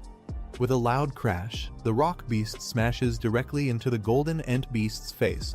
The collision explodes with energy, delivering a devastating strike as the monster lets out a deafening scream. Snowball prepares wave of ice magic, her pink eyes glowing as she channels her frost energy. She raises her hand, summoning another powerful spell to freeze the battlefield. The rock beast, still in its armored red form, hears Lindsay's command. The rock beast pierces through the frozen battlefield, its shadowy form crashing into the golden ant beast again. Lindsay steps forward with determination in his eyes. He clenches his fist and declares it's not over yet. With a final burst of strength, Lindsay launches a powerful blow directly into the golden ant beast's face. The impact explodes with golden energy, combining his force with the rock beast's assault. The battlefield falls silent as the golden ant beast collapses, shattered and defeated. Ice fragments and broken tendrils scatter across the field, while Snowball and the rock beast stand victorious. A system prompt appears, confirming the golden ant beast has been eliminated. Its glowing eyes fade as the battle officially ends. Lindsay receives confirmation of the kill, and the victory is sealed. The rock beast evolves to Stage 3, unlocking a new advanced form of its ghost spirit mode. This new form doubles its previous power and duration, allowing it to copy Lindsay's movements and abilities for 10 seconds at the cost of 100 achievement points. Lindsay opens the reward panel and grins. He praises the usefulness of the new skill, feeling that spending achievement points on it was completely worth it. He reflects on how the rock beast's ghost spirit form boosted their combat strength by over 100%, and even managed to level up during the battle. He's thrilled by the gains. This was a massive win. The screen displays Lindsay's total score. 180 points remain, with 1 hour and 20 minutes left on the clock. The instructor watches from the headquarters, stunned by Lindsay's performance. He especially notes the appearance of Snowball, the frost-type pet. If his guess is right, she's a rare beast with incredible potential. He wonders how Lindsay was able to tame such a creature. Meanwhile, Lindsay reflects to himself. Defeating a rare Stage 3 beast granted a massive 60-point bonus. He'll have to start being careful to not attract too much attention. But just as he's thinking this, he suddenly senses something strange nearby and questions what's going on. Zhuxing and his pet Big Mouth arrive back at the battlefield, shocked to see the shattered remains of the golden ant beast. With wide eyes, Zhuxing yells in disbelief. He can't believe that Lindsay actually managed to defeat the golden ant beast all by himself. But his confusion quickly turns to curiosity. Pointing at Snowball, who's still standing beside Lindsay, he asks who she is. He wonders if she's another examinee, and which academy she belongs to. Lindsay, caught off guard, realizes he forgot to unsummon Snowball. Internally panicking, he knows he can't keep up his low-profile act now that Zhuxing has seen her. Zhuxing is still stunned as he points at Snowball. He loudly wonders what's going on, assuming she must be a humanoid ice-type beast that somehow defeated the golden ant beast herself. He begins analyzing it, further questioning whether Snowball is an independent beast or someone's summoned pet. He nervously speculates that if she's a pet, then her master must be nearby and dangerously strong. Zhuxing panics even more. Realizing she's an ice type, he wonders if her master could be the rumored Lindsay. If that's true, then Lindsay's strength is clearly far above their level, and they might be the next targets. Lindsay stands silently, unable to say anything. Watching Zhuxing spiral into his own exaggerated assumptions, he just internally sighs, knowing things are now way off script. A system warning suddenly appears. Fake summon attacking us. Snowball, facing the others, seems to be preparing for something. Lindsay and the rock beast turn their attention toward her. Snowball looks genuinely confused, tilting her head as question marks float around her. Zhuxin grows more anxious. He points at Snowball and nervously tells Lindsay that she's staring directly at them. Lindsay silently nods, trying to keep calm. Without warning, Snowball unleashes a flurry of icicles into the air. Massive ice spikes rain down toward their direction. Snowball calmly gathers energy in her hand, casting another wave of ice magic. Zhuxin begins panicking. He thinks if both he and Lindsay die here, it'd be an embarrassing end. He decides it's safer to sacrifice someone else's pet before running. Zhuxin shouts at Big Mouth. The creature looks confused as Zhuxin lunges toward it with the intention of using it as a shield. Zhuxin yells that it's for protection, trying to justify his selfish survival tactic while his pet is left stunned. Snowball calmly announces she's fine and voluntarily returns to her summoning space. The rock beast also appears. A message displays, "You too, return." Zhuxin, still panting from panic, leans against Big Mouth, who looks just as exhausted and confused. Zhuxin wipes his sweat and smirks proudly. Perfect, he thinks. Not only did he survive the crisis, but he also earned points. Zhuxin, drenched in sweat, asks if things are finally safe. He's startled to see Lindsay. Lindsay calmly rises from inside Big Mouth. Protected by a glowing barrier, he casually asks if he can come out now, revealing he's been safe the whole time. Zhuxin panics again, yelling at Big Mouth not to release him yet because the threat might still be behind them. Internally, he's confused. Lindsay should have been digested by now, yet he's perfectly fine. Big Mouth makes a strange sound as it struggles with something. Big Mouth suddenly spits Lindsay out, sending him tumbling onto the grass. Zhuxin watches in shock, trying to understand how Lindsay managed to survive inside his pet. Lindsay calmly adjusts his jacket and casually comments that maybe Big Mouth just had trouble digesting him. Zhuxin quickly changes tone, suggesting that if the monster had kept chasing them, they could have teamed up to defeat it together. Zhuxin forces a smile. Inside, he admits that this guy is actually scarier than he thought. Lindsay confirms that the enemy doesn't seem to be chasing them anymore. He then asks Zhuxin to finally explain what the exclusive soul technique is all about. Zhuxin suggests they head to the stone monument first to check if their team made it into the top 10 rankings. He agrees to explain everything along the way. While walking, Zhuxin explains that exclusive soul techniques are rare skills awakened by only a few exceptionally gifted beast tamers. They're unique and personalized based on one's physique and talent, not something that can be taught or learned from books. Curious, Lindsay then asks what kind of exclusive soul techniques Guozini and Lai Pengyun, two other individuals, possess, wanting to understand how his peers compare. Zhuxin runs excitedly toward the large red stone monument, eager to check the latest rankings. The ranking list lights up. Lai Pengyun 370, Guozini 340, Tang Yang 250, Lu Gang 210, Lindsay 180, and others down to the 10th spot with 100 points. There's less than an hour left in the trial. Zhuxin scans the board and, as expected, doesn't find his name. He sighs in disappointment. But he quickly pumps himself up. There's still time left, and the 10th place only has 100 points. If he can add Lindsay's contribution to his total, he's confident he'll break into the top 10 rankings. Lindsay walks up to the stone pillar with Zhuxin, both staring at the leaderboard. Zhuxin tries to call out to him, attempting to confirm. Zhuxin's eyes widen as he sees Lindsay's wrist glow with red numbers. Lindsay reveals his wrist. His score is clearly shown as 180 points. Zhuxin leaps forward in shock and amazement. He shouts in disbelief, this quiet guy actually has 180 points. He realizes just how underestimated Lindsay truly was. The leaderboard updates, showing Lindsay 180 points in the 5th position. Zhuxin crouches, trembling beside the monument. He stammers, struggling to ask what Lindsay's name is. Lindsay coolly responds, stating his name without hesitation, Lindsay. Zhuxin freaks out completely. Pointing at Lindsay, he yells that Lindsay was pretending to be weak the whole time, while secretly being way ahead of him. Zhuxin finally realizes Lindsay's full strength. He had 2 pets all along, including the powerful ice-type girl. Zhu curses himself for not recognizing that Lin Zi was hiding his true abilities. Lin Zi calmly reminds Zhu Xing that if it weren't for his help, Zhu would have already been eliminated by the Golden Ant Beast. He demands Zhu to finally share the information he promised. Zhu Xing snaps in frustration, yelling that Lin Zi will never get what he wants. His face twists with rage as he launches forward, ordering his pet to attack.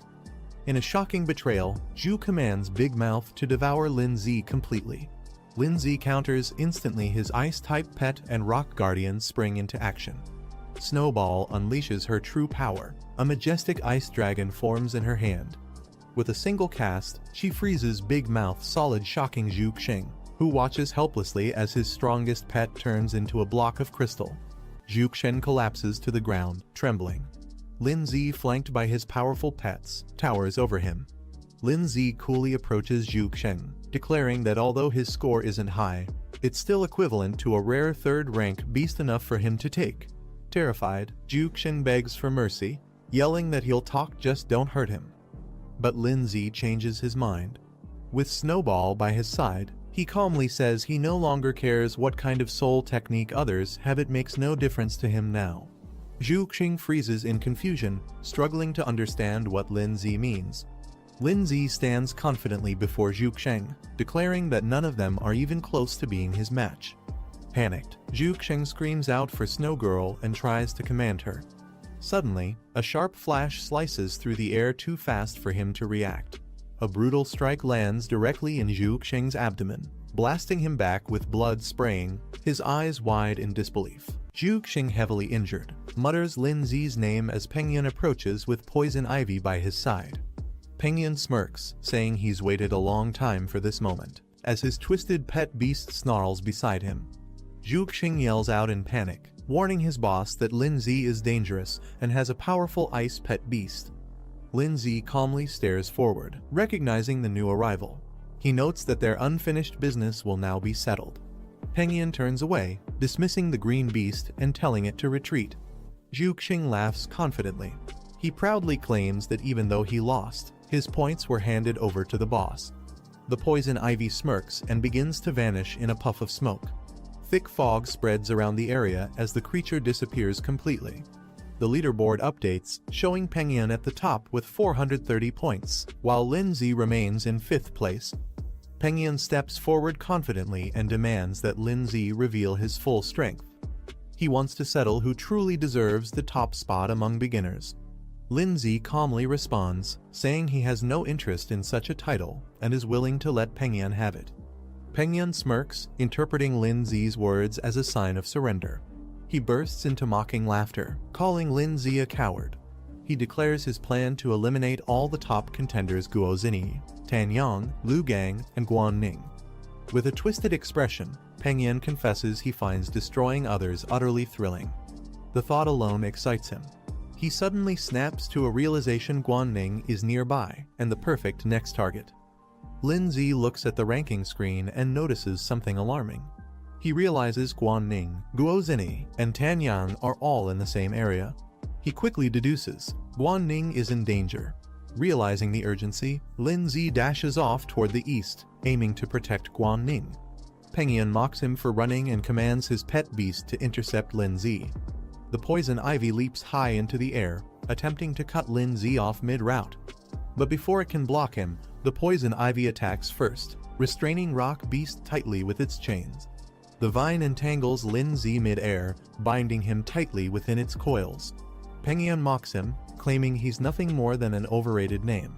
He orders the poison ivy to drain Lin Zi's energy completely, warning him not to try escaping again. Lin Zi grits his teeth, cursing under his breath as his energy begins to flare. Pengyan arrogantly dismisses Lin Zi, unaware that Ice Queen is rapidly closing in behind him. He turns in shock, realizing her presence too late. In an instant, Ice Queen freezes him solid with a powerful burst of ice magic. The poison ivy halts its attack, stunned by its master's sudden incapacitation. The Ice Queen prepares another wave of sharp ice crystals. Rock Beast lunges and shatters the ice sculpture. Lin Zi calmly leans toward Ice Queen and reminds her, "I already told you." Without turning back, the trio Lin Zi, Ice Queen, and Rock Beast walk away. leaving the frozen Pengyun statue behind. The poison ivy writhes weakly on the ground, still clinging to life despite being frozen and shattered. A man approaches and observes the scene, surprised by the creature's resilience even after a brutal defeat. This man, identified as Lu Gang, grins confidently. He sees an opportunity, comparing the situation to hunters being hunted in turn. Lu Gang raises his hand, aiming for the frozen statue of Pengyun. He declares that the points are his now. Lu Gang summons his iron-armored dragon, a rank 2 stage 9 beast, and commands it to attack the frozen Lai Pengyun directly. Confident, Lu Gang mocks his opponent, saying even if pet beasts can be revived, the same can't be said for their master. The dragon beast shatters the ice statue with a powerful strike. Lu Gang smirks, believing this guarantees his first-place rank. However, as he checks his wrist, he's confused. His points remain unchanged, and he wonders aloud why they didn't increase. Lu Gang stands puzzled as he notices something strange. Despite his confident strike, the points haven't transferred and nearby. He turns around, suspicious, only to spot a vine creeping closer. Before he can react, the vine launches at him with fierce speed, stabbing directly into him in a surprise attack.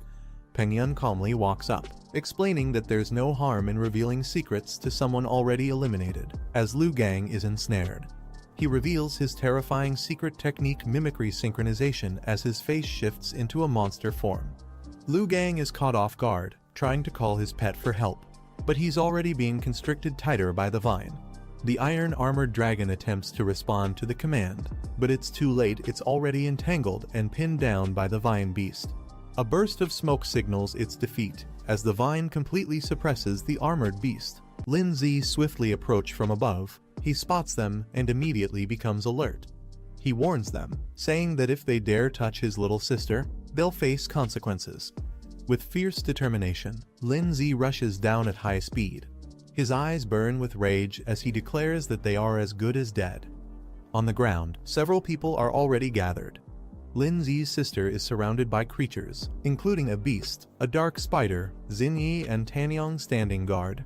Suddenly, a small white dragon with horns appears. The screen displays its identity: coiling pattern baby dragon, stage 2 level 8, dragon type. Guan struggles to move, trapped within a water spell. She tries to break free but fails. Tanyong coldly tells her not to waste her strength. There's no escape from a spirit master's water prison. Behind him, a terrifying water ghost creature floats in the air. A label appears: second rank spirit master, ghost water type. Tanyong confidently raises his hand, explaining that the water prison is impossible to escape from once activated. He turns to Xinyi, saying she can take over. He suggests that if she defeats Guan and claims her points, she'll have a real chance at becoming the top freshman. Xinyi smiles teasingly and questions if he's hesitating because Guan is too pretty to hurt. Tanyong doesn't respond, staying silent as Xinyi watches him curiously. Tanyong stands with his arms crossed. He responds to Xinyi's teasing, saying he's not interested in other girls, hinting that Xinyi is the only one he cares about. As Guan remains trapped inside the water spell, Xinyi gets ready to strike. But Tanyong interrupts her, telling her to wait. She's confused and asks what they're waiting for. Xinyi's eyes light up with excitement. She smirks and says they should wait for the big fish to take the bait. Suddenly, Lin Zi bursts in at high speed, attacking with deadly force. The impact shocks Tanyong, who immediately reacts with surprise. Tanyong activates a water shield to protect Xinyi from the sudden strike. Waves surge up around them as he barely blocks the powerful attack. Lin Zi's pet beast, Snowball, crashes down with force, scattering black debris and emitting purple smoke. Lin Zi walks forward calmly, flanked by his two powerful companions, his rock beast and Snowball. Lin Zi glares at Tanyong and Xinyi. He demands that they release Guan immediately before it's too late. Xinyi and Tanyong are shocked when they realize Lin Zi has two powerful pet beasts. Inside the water prison, Guan is surprised to see both of Lin Zi's pets appear together. But she quickly reminds herself it's not the time to be shocked. She warns Lin Zi that Tanyong and Xinyi are strong and tells him to be careful. Lin Zi, with his rock beast and Snowball behind him, confidently steps forward. He tells Guan to hang on, he's coming to rescue her. Tanyong narrows his eyes and points at Lin Zi. asking if he's the one who supposedly cleared the ultra-difficult challenge and obtained legendary-level pets. Xinyi smiles and confirms Lin Zi's identity, saying it all makes sense now. He always felt different from others. Tanyang rolls up his sleeves. He says he'll find out Lin Zi's true strength by facing him directly. Xinyi warns him to be cautious, sensing that Lin Zi isn't an ordinary opponent. Tanyang charges forward with confidence. He tells Xinyi that if he beats Lin Zi, he'll give her the points, making her the top freshman. If he loses, she's free to take his points instead. As he launches his attack, he commands his ghost spirit to restrain Lin Zi. A burst of energy and blue magic fills the air as Tanyang tries to take control of the battle. Lin Zi channels his power and activates a fierce soul-based technique. With a surge of yellow energy, Lin Zi launches a devastating attack called Tidal Force Impact, breaking through the enemy's defense with explosive force. Tanyang watches in disbelief, sweating as he realizes how overwhelming Lin Zi's soul technique is. He didn't expect this level of strength. Before he can react, Lin Zi's rock beast suddenly lunges forward, landing a direct punch on Tanyang, catching him completely off guard. Tanyang retaliates by summoning a giant water pillar from the ground, launching Lin Zi's rock beast into the air with a powerful blast.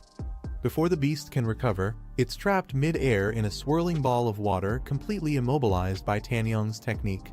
Pointing upward, Tanyang commands to catch one beast first, focusing their efforts on restraining Lin Zi's companions one by one.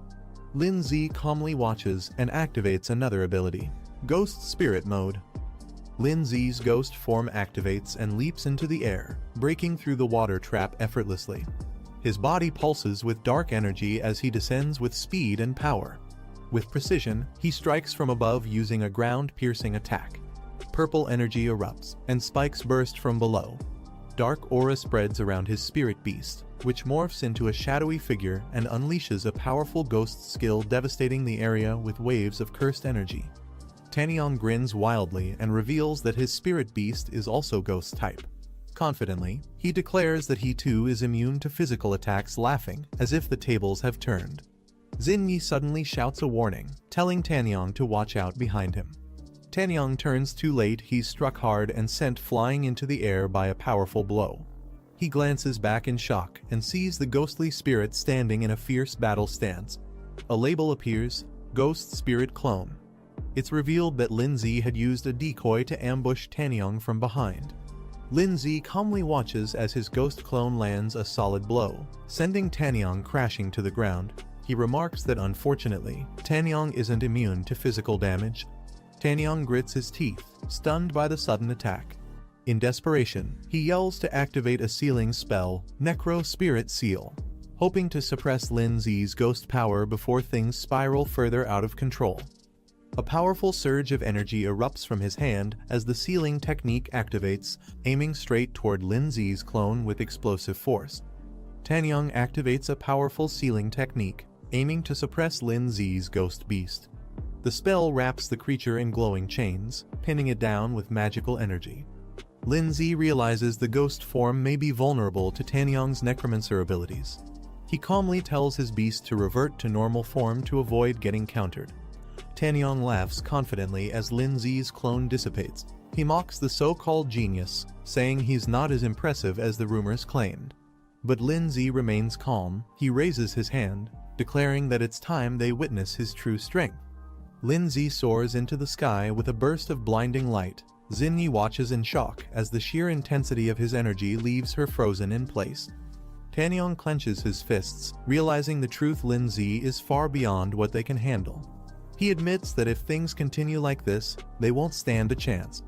Xinyi's eyes widen with fear. Cold sweat drips down her face as she realizes the terrifying gap in strength. In her mind, there's no doubt now they're going to be completely crushed. Xinyi suddenly stops the fight, raising her hands and shouting for everyone to wait. Tanyang, standing behind her, looks ready to engage. She suggests maybe they should talk things over instead of fighting.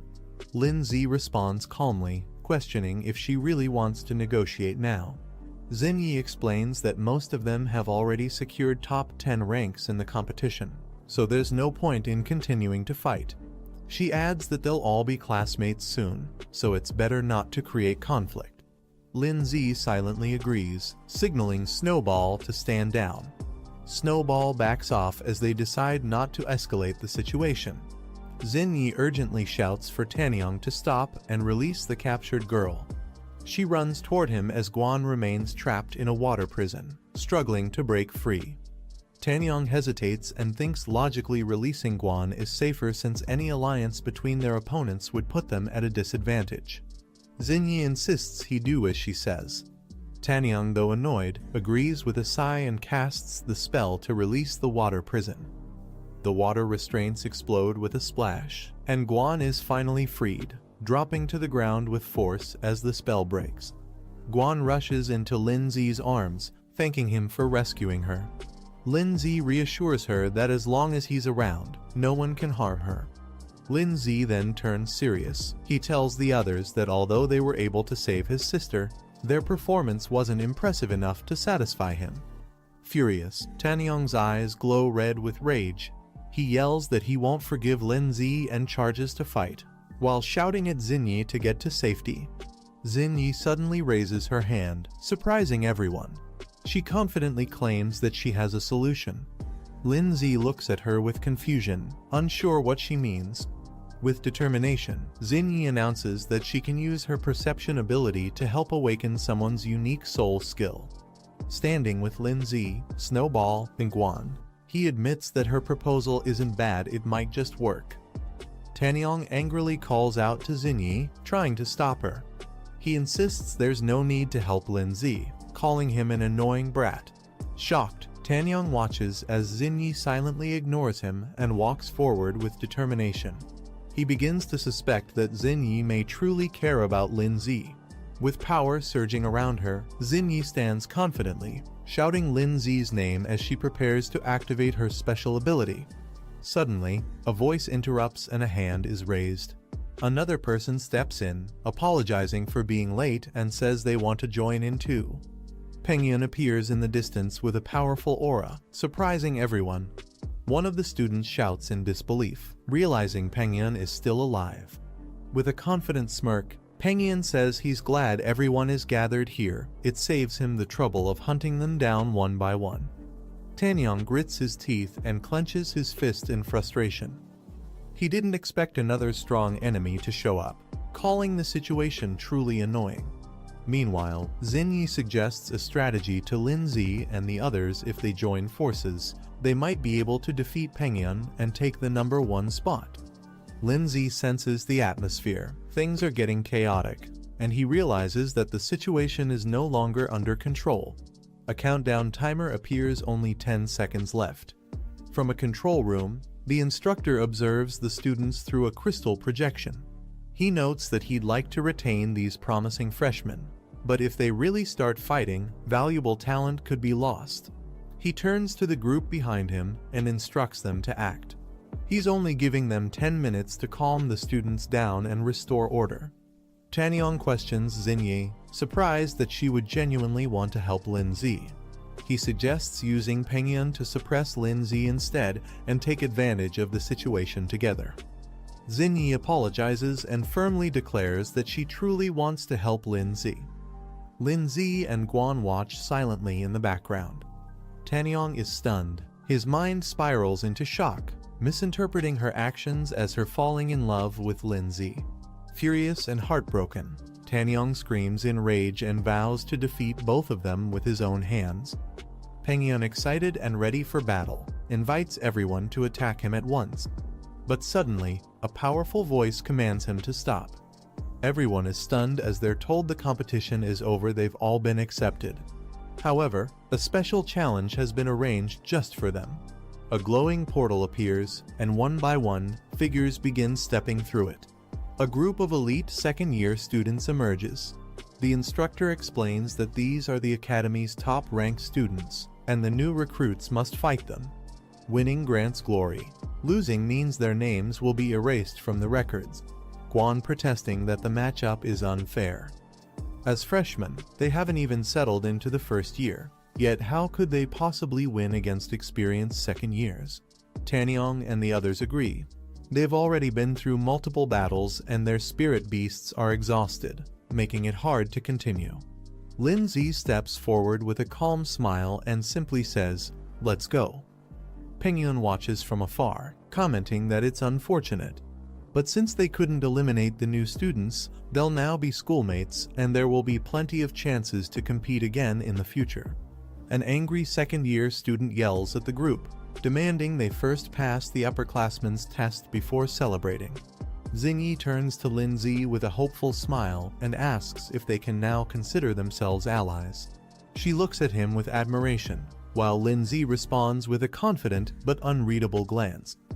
Guan, visibly flustered, pouts and complains that Lindsay hasn't answered her yet, annoyed at being left out of the moment. Lindsay analyzes the situation, recognizing that the reward from the purification trial is valuable since it boosts both physical strength and soul power. He observes that the opposing side only sent 4 people, while his group has 5, suggesting their opponents may have underestimated them. He then turns to Xingyi and sets a condition. If she wants to be seen as a true ally, she must prove herself in battle. Lindsay explains that she'll have to fight either him or his sister's team to earn that trust. Guan instantly protests, expressing that she wants to stay by Lindsay's side. Lindsay gently assures Guan that he'll take on one opponent himself, and tells her and Xingyi to handle one together since they have a better chance as a team. One of the senior student named Zaidu steps forward and challenges them, asking who's ready to face him. He even jokes that they can come together if they're scared. Tanyang boldly volunteers, determined to prove his strength and protect Xingyi's dignity. Zaidu smirks at his courage and summons his powerful insect-type beast, a third stage slicing mantis. He warns that courage alone won't be enough to win. Pengyun chuckles sinisterly and announces he won't hold back, especially just because his opponent is a girl. A girl calmly summons her beast, a powerful thunder lion glowing with blue lightning. With a twisted smile, the girl taunts Pengyun, daring them to go all out and not to hold anything back against her. Lindsay evaluates the remaining group members. He notes that among the 2 girls, one of them appears relatively weaker and may need more support in the battle ahead. A flashy second-year student named Wu Yushin steps forward, striking a dramatic pose and teasing Lindsay. He jokes about their hairstyles and suggests they have a showdown. Lindsay responds casually, accepting the challenge with a confident, "All right." He politely tells the senior student to go easy on him, though his smile suggests he's more than ready for the challenge. Nearby, a blue-haired second-year girl comments that this batch of freshman girls looks cute and harmless, drawing attention from Guan and Xingyi. However, she declares she hates cute girls more than anything and refuses to hold back in the fight. Her name is Huey. Xingyi and Guan are both caught off guard by her intense energy. A powerful aura swirls around them. In the examination hall, many students slump in frustration after the results are announced. One blonde student sighs while another calls it unfortunate they didn't make the cut. A girl tearfully tells her friend Xiaoyan that they've definitely been eliminated. She's devastated, while Xiaoyan tries to comfort her. Xiaoyan agrees it's unlikely they'll pass, noting that the competition was filled with geniuses. Unless a miracle happens, they don't stand a chance. A boy who also failed is overwhelmed, clutching his head and shouting in despair. After going through the whole ordeal, he still got cut at the end. A silver-haired boy rubs his head, still feeling pain and frustration from the exam. He mutters about how sore he is. One of the instructor places a hand on another's shoulder. A boy named Gao Wengxiang steps forward and says he'll take over the next group of examinees. Another instructor recognizes him and greets him with respect. The instructor complains, saying Gao arrived too quickly to steal students he worked hard to select. Gao defends himself, stating that the current testing methods are too extreme and may cost them good talent. He mentions he still has 10 available spots open for admission. Gao Wengxiang smiles confidently, saying it's only fair to search for hidden talent from the group of students who didn't make it. There could still be some gold among them. The other instructor agrees to let him take charge and leaves the arrangement to Gao. Gao turns to the disappointed students and announces exciting news. Although they didn't make it into the top 10, he still has 10 open spots. Anyone who passes his test can still be accepted. The room erupts with joy. The previously rejected students are shocked and thrilled, excited by this unexpected second chance. Two girls excitedly hold hands, overjoyed that a miracle actually happened. One of them says they must try their best this time. Making it into the top 20 should be possible. The student clenches his fists, vowing that he won't miss this second chance. On the battlefield, Tanyong watches in shock as a massive tornado attack forms. He realizes the sheer gap in strength and yells that this is clearly a battle of overwhelming levels. A fighter taunts with a smug expression, calling him a loser and claiming victory.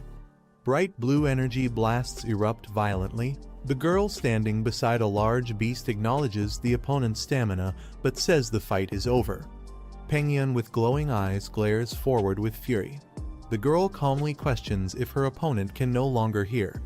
A red demon warrior mocks the idea of genius and declares that true strength is what rules this academy. Huey scolds the younger girl, saying instead of wasting time on petty fights, she should focus on training and self-improvement. Inside the school, the instructors debate their methods. One criticizes the harsh elimination process, while the other defends it, believing only pressure reveals true talent. Gao chuckles confidently as he addresses his colleague.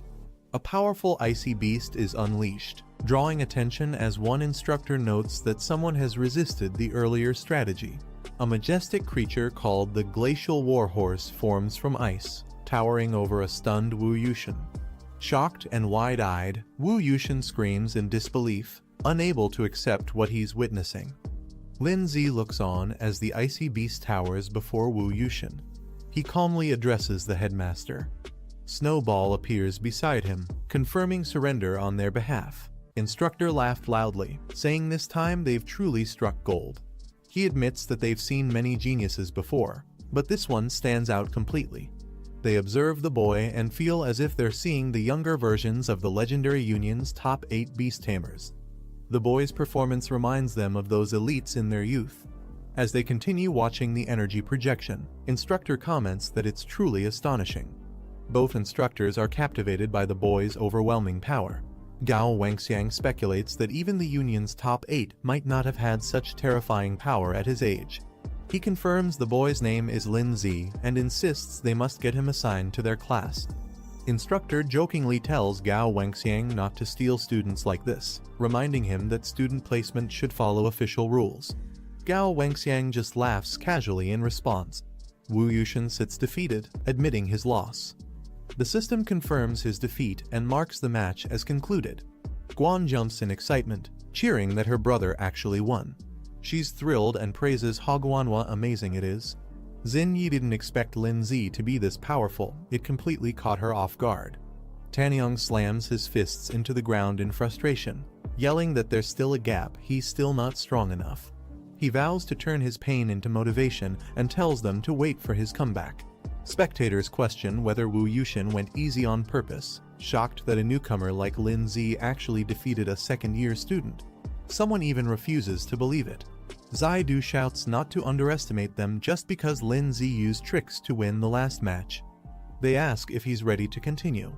Lin Zi smirks calmly and responds, "Oh, all 3 of you want to come at once." As Lin Zi commands his pet to attack, the Mantis beast charges forward with speed. The Mantis clashes directly with Rock Beast. The Mantis gains the upper hand, landing a direct hit that overwhelms Rock Beast. Watching from the observation room, instructor comments that it's enough they admit that the enemy was no match at all.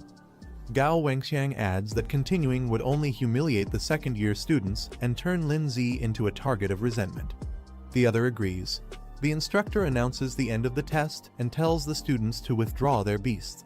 Zaidu shouts toward the instructor and admits that Lin Zi passed the trial alone.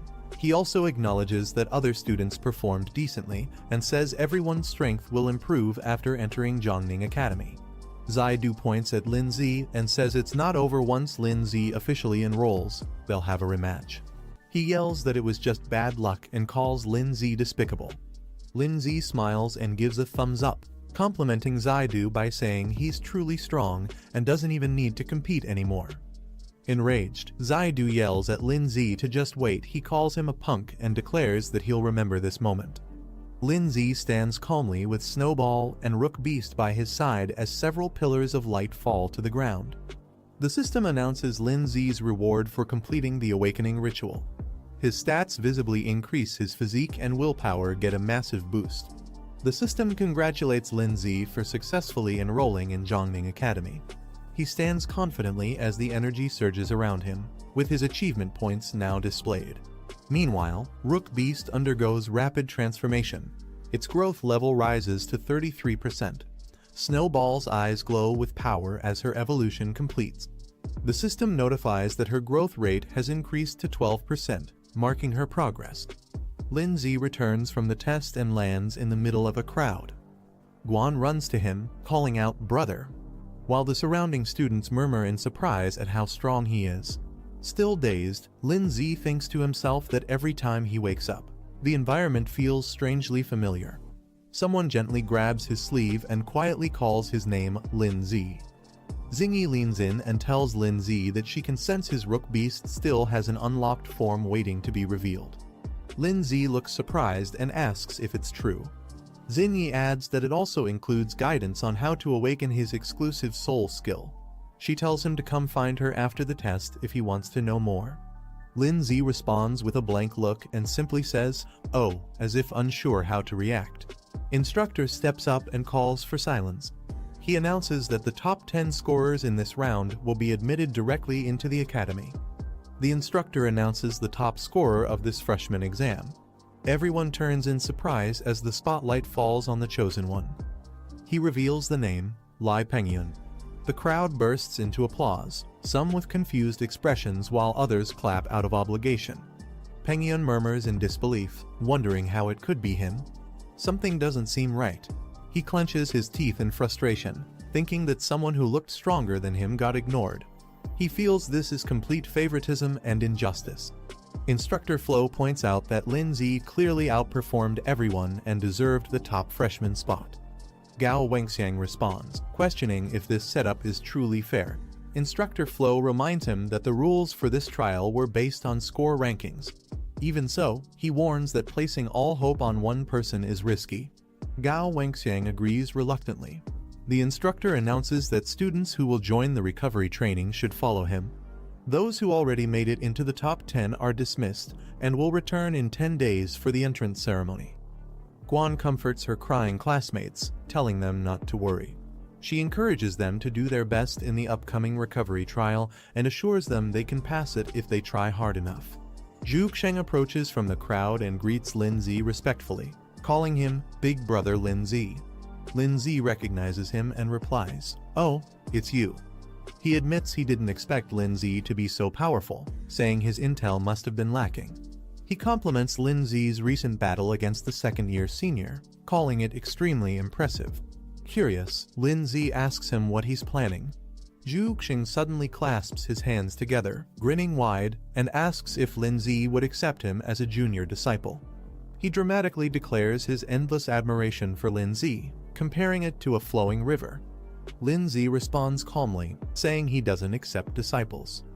He adds that Zhu Xing doesn't even qualify for admission yet, questioning how he could be his junior. Determined, Zhu Xing dashes off, shouting that he'll definitely pass and begging Lindsay to wait for him.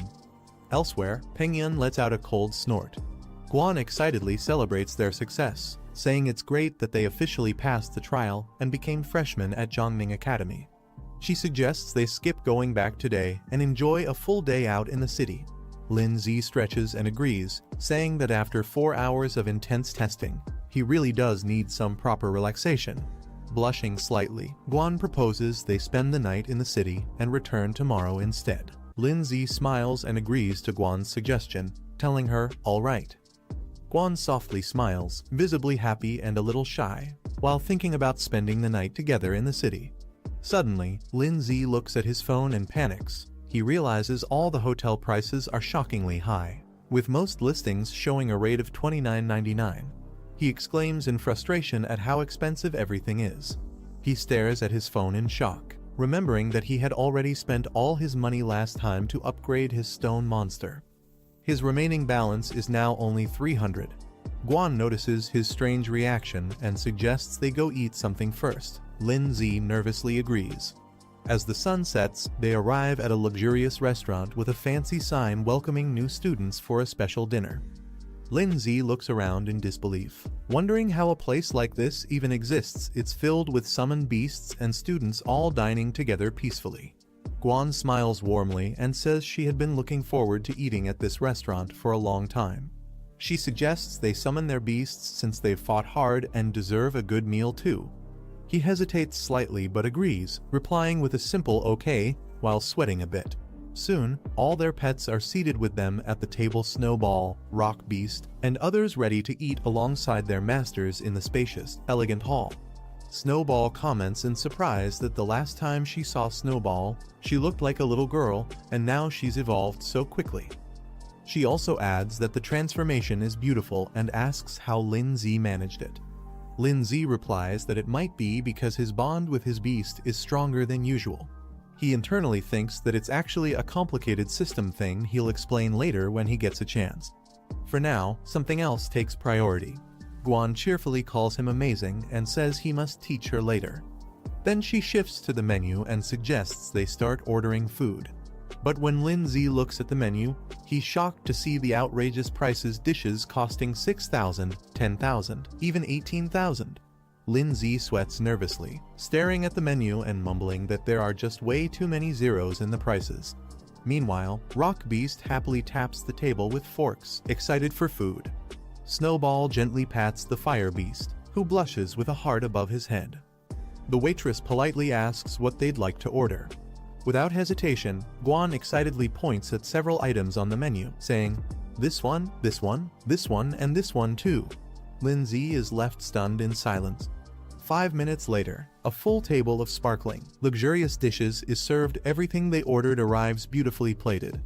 Everyone stares in awe at the food, shouting "Wow" in unison, while Lin Zi lets out a defeated sigh. The group dives in happily, with Rock Beast even patting its belly in satisfaction after finishing. Lin Zi nervously sweats, glancing toward Guan and thinking to himself, "What should I do? Do I run from the bill?" The waitress politely informs him the total cost is 37,000 yuan and asks how he would like to pay. Guan smiles and offers to handle it, saying she's secretly saved up quite a bit of personal money. Relieved, Lin Zi breathes out and thinks, "I'm saved." As the waitress looks on in surprise. Outside, as they walk under the night sky, Guan happily stretches her arms and says the city looks beautiful at night. She cheerfully says she's excited to study in the city with her brother in the future. Lin Zi thinks to himself that he urgently needs to make money, realizing it might be too late to rely on commission missions alone. As they walk together, they hear loud cheering and laughter coming from a nearby building. The glowing sign reads "Death Arena," and the crowd inside shouts in excitement, calling it awesome. The audience cheers as a muscular blue monster defeats its opponent with overwhelming power. It's introduced as the Four-Armed Beast, a Stage 3 Tier 1 monster. The monster roars confidently while the crowd praises its strength, calling it unstoppable. The host asks if there are any challengers. He announces that anyone who defeats the monster will win the full prize pool. He adds that joining the match only costs 300 yuan, and the winner could earn up to 50,000 yuan. Lin Zi thinks to himself that this might be the perfect way to make money. He prepares to summon his creature, as energy bursts from his hand. Rock Beast explains the rules: no magic, no spiritual arts, only raw physical combat. If a pet dies or kills another, the arena holds no responsibility. Guan asks if he wants to watch the match, then questions whether he's planning to enter the fight himself. Lin Zi smirks confidently and says since they're offering money, he won't be polite about taking it. Lin Zi observes that the enemy monster is at 3rd rank stage 1, while his own rock ghost is at 2nd rank stage 9, so he decides it's best to upgrade it first. He places his hand on Rock Ghost's chest, initiating the upgrade with a glow of energy. The upgrade completes as Rock Ghost evolves to 3rd rank stage 2, consuming 780 achievement points and leaving 400. He reflects that the higher the level, the more achievement points are needed for upgrades. Xinyi is shocked and asks if Rock Ghost just leveled up, wondering how he did it. He casually replies that maybe Rock Ghost leveled up because he ate well, then leads them toward the arena. Xinyi cheers with confidence, saying she believes he can definitely win the match. He gives a confident smile. The host announces a new challenger has entered, hyping up the audience as Lindsay steps toward the ring with Rock Ghost. The host is shocked to see Lindsay and Rock Beast step into the arena, wondering why someone like him would join such a deadly match. The crowd mocks him, laughing loudly and saying he must be drunk or clueless. They also ridicule the Rock Ghost. Rock Ghost stays silent but emits a quiet growl in response to the crowd's mockery. Rock Ghost calmly watches as four-armed beast steps forward. The man smirks and calls Lindsay a kid, warning that if his pet, the four-armed beast, accidentally kills him in the fight, he shouldn't be blamed for it. Lindsay politely requests the man to go all out. He shows no fear, keeping his eyes half closed as he responds with confidence. The man scoffs and calls Lindsay an ignorant brat who doesn't understand how strong his opponent truly is. A smug grin spreads across his face, underestimating Lindsay's strength. Both sides finalize the agreement by signing a life and death contract. The man overseeing the match confirms the document and urges them to sign and stamp quickly. As soon as the contract is signed, the host loudly announces the start of the match. The man immediately commands his pet to take action and show some real strength. The creature charges forward aggressively. The beast leaps directly toward Rock Ghost, who swiftly evades the attack. The force of the landing smashes the floor beneath. Lindsay observes the ongoing battle and analyzes the situation. He notes that Rock Ghost clearly has the speed advantage over the four-armed beast. Meanwhile, Rock Ghost dashes forward in a blur, closing the distance in an instant. Seizing the opening, Rock Ghost leaps into the air and delivers a strong spinning kick straight into the four-armed beast's head. The blow forces the beast's head back, but it quickly regains balance and steadies itself. Rock Ghost follows up aggressively, closing in with glowing red eyes and sharp focus. But this time, the four-armed beast reacts quickly and catches Rock Ghost's leg mid-strike. The four-armed beast grips Rock Ghost by the leg and suddenly swings him high into the air. Rock Ghost is unable to break free, caught completely off guard by the beast's raw power. With a brutal motion, the four-armed beast hurls Rock Ghost across the arena. Rock Ghost crashes violently into the ground, creating a massive crater on impact. In the crowd, Lindsay watches silently as someone nearby exclaims in shock, noting the incredible strength displayed. The man grins confidently and admits that while the four-armed beast doesn't know any special skills, its raw power alone is enough to overwhelm many high-level pets. Lindsay watches the field and realizes the rules of this battle heavily favor the four-armed beast. Since skills aren't required, pure physical might becomes the deciding factor, something the beast excels in. He now understands why the opponent was so confident. The four-armed beast raises its massive fists and prepares to strike again, its powerful arms swinging down with crushing force. Rock Ghost quickly retreats, narrowly evading the incoming blow. The beast grabs Rock Ghost again and prepares to deliver a powerful overhead smash. Its arms swing high above its head, aiming to crush its opponent without mercy. As the beast slams down, the ground trembles from the impact. Rock Ghost crashes hard into the arena floor, headfirst, as an explosive burst of debris and force shoots outward. Watching from outside the ring, the man crosses his arms and sneers. He mocks Lindsay, sarcastically asking if that was all his pet was capable of. The crowd erupts in laughter and applause, impressed by the four-armed beast's last strike. Guan looks on with concern, calling out "brother." Lindsay calmly analyzes the situation, thinking that if skills were allowed, Rock Ghost in its spiritual state could easily ignore brute force attacks. However, under these rules that restrict skill use, raw power dominates, and that gives the four-armed beast an edge. As he reflects, Lindsay remembers that the last time Rock Ghost shifted forms was during a life-threatening situation. If what she said was true, and the transformation can be triggered again under pressure, then it's a gamble worth taking. Lindsay's golden eye glows as he steps forward, calling out to Rock Ghost. He asks if this is truly all it can do, commanding it to show him its full strength. Rock Ghost lies motionless on the ground, face buried in the cracked floor. Internally, it questions whether it always needs to rely on Snow Girl to determine victory and defeat. The four-armed beast moves in for another attack, its shadow looming over Rock Ghost. Suddenly, Rock Ghost's eye glows red. With a powerful punch, Rock Ghost strikes the four-armed beast directly in the chest. The impact explodes outward with force, shocking the beast mid-motion and turning the tide of the battle. Chunks of red armor shatter and fall from Rock Ghost's body as it initiates a transformation. Red mist swirls around Rock Ghost as it emerges fully transformed. A new system reveals its new stats. Speed tripled, defense completely dropped, and the transformation lasts for 60 seconds. It now moves like a true predator. Lindsay observes with satisfaction.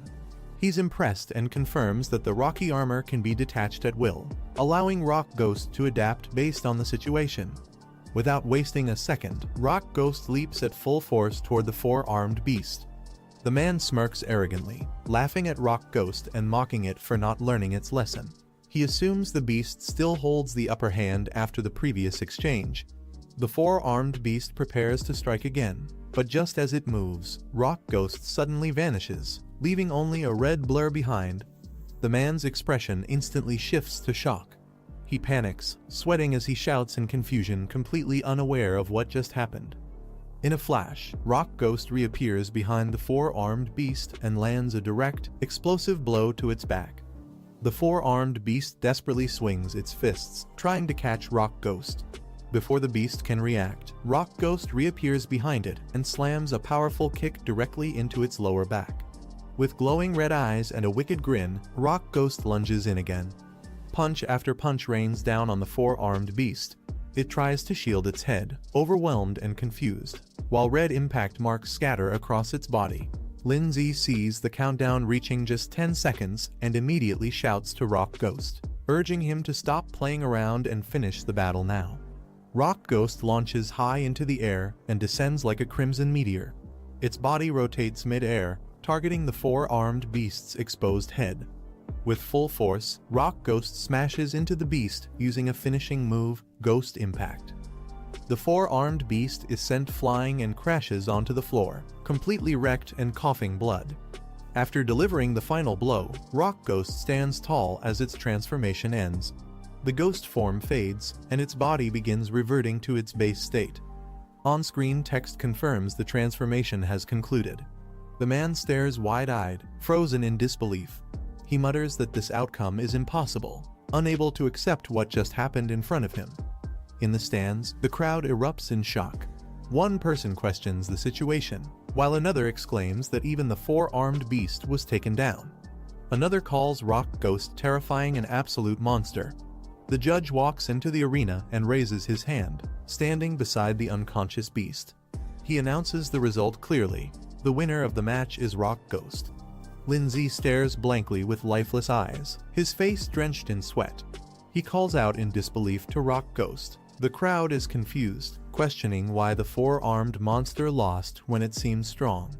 One person comments that the match wasn't dragged out, and another points out that the boy used a skill against the rules. The announcer loudly declares that the contestant's pet used a skill technique, which is a violation of the competition rules. A group discusses the situation.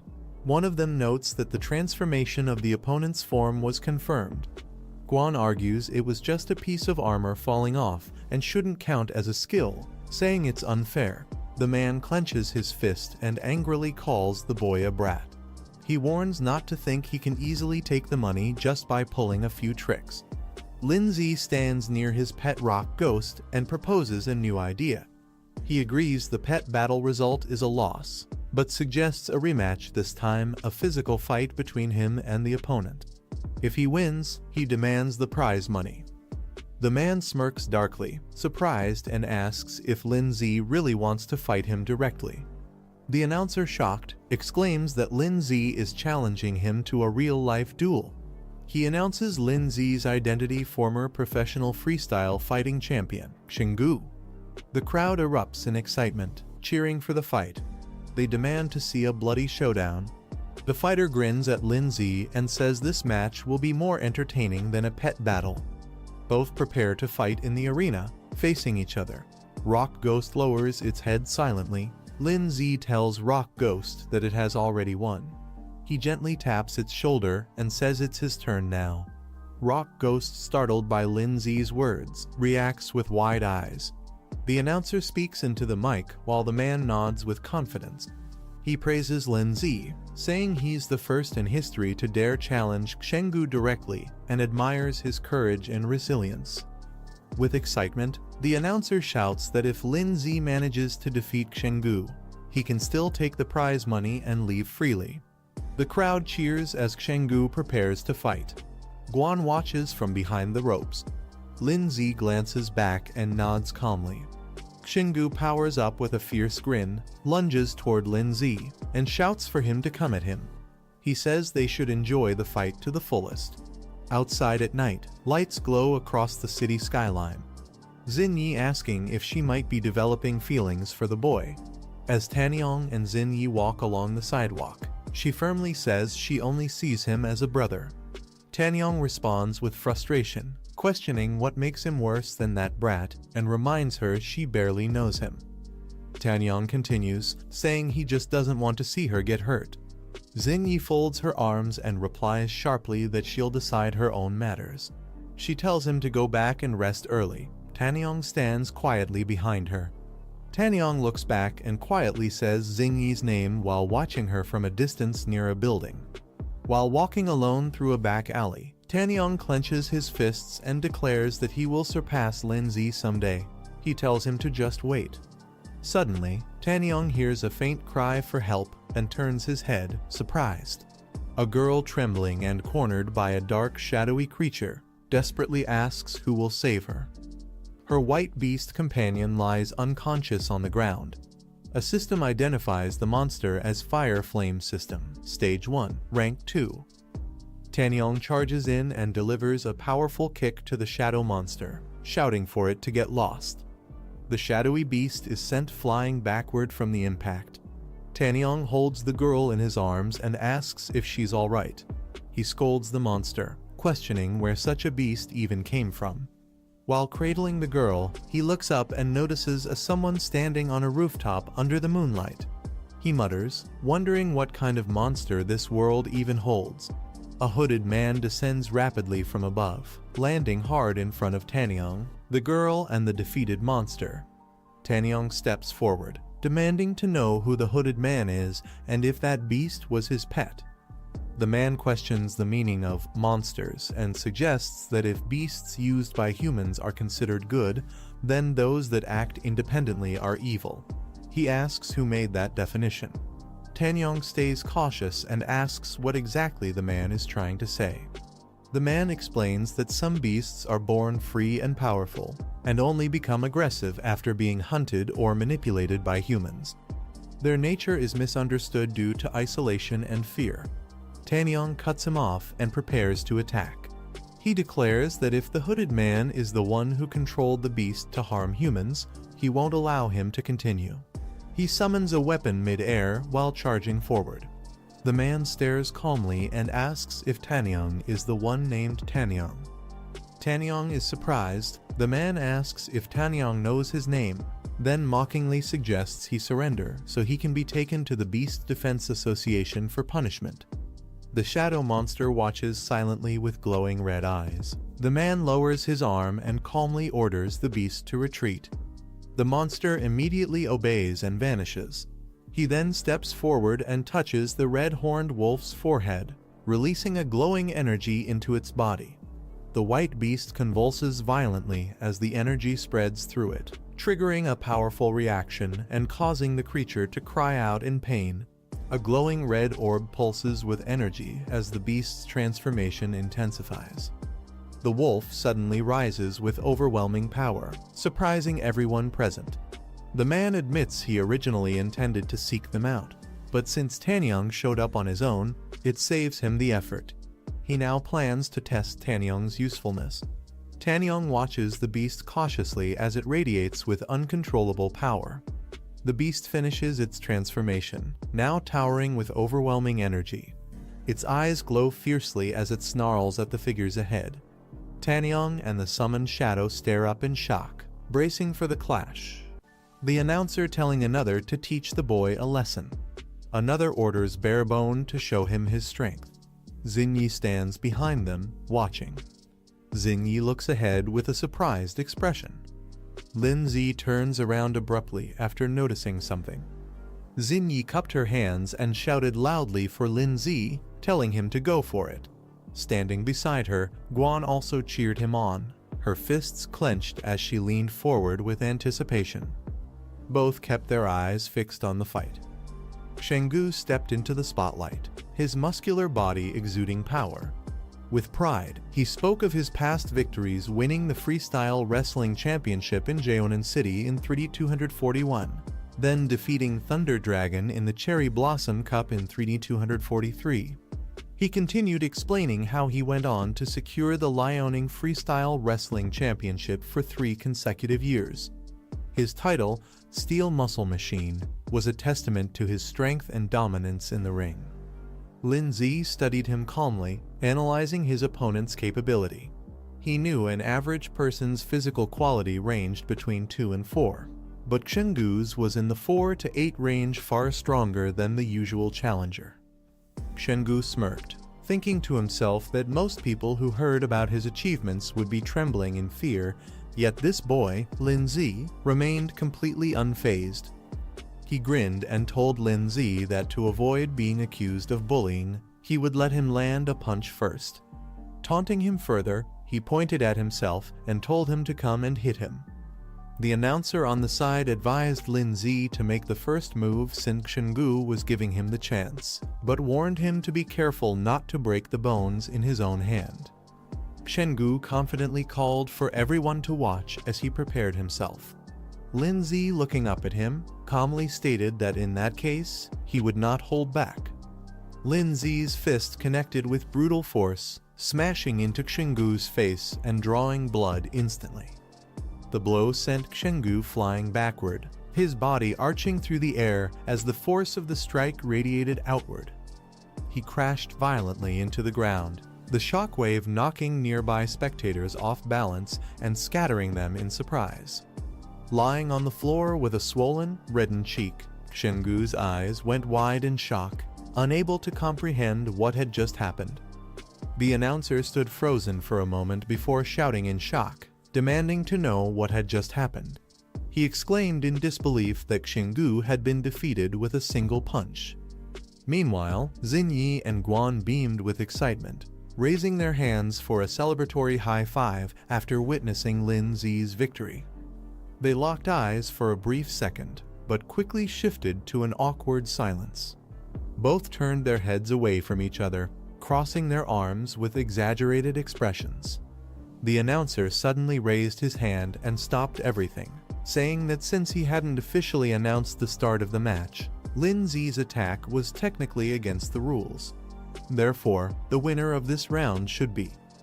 Linzi's narrowed his gaze and questioning the announcer's words. Realizing the tension, the announcer quickly broke into a nervous smile, admitting his mistake and clarifying that Linzi had not violated any rules. With a loud and clear declaration, he announced Linzi as the winner, the crowd's attention drawn to Linzi standing confidently. Linzi checked his phone and saw the transfer of 50,000, thinking to himself that now he had enough money to stay at a hotel. From a distance, Guan called out to her brother, and Xinyi cheerfully shouted Linzi's name.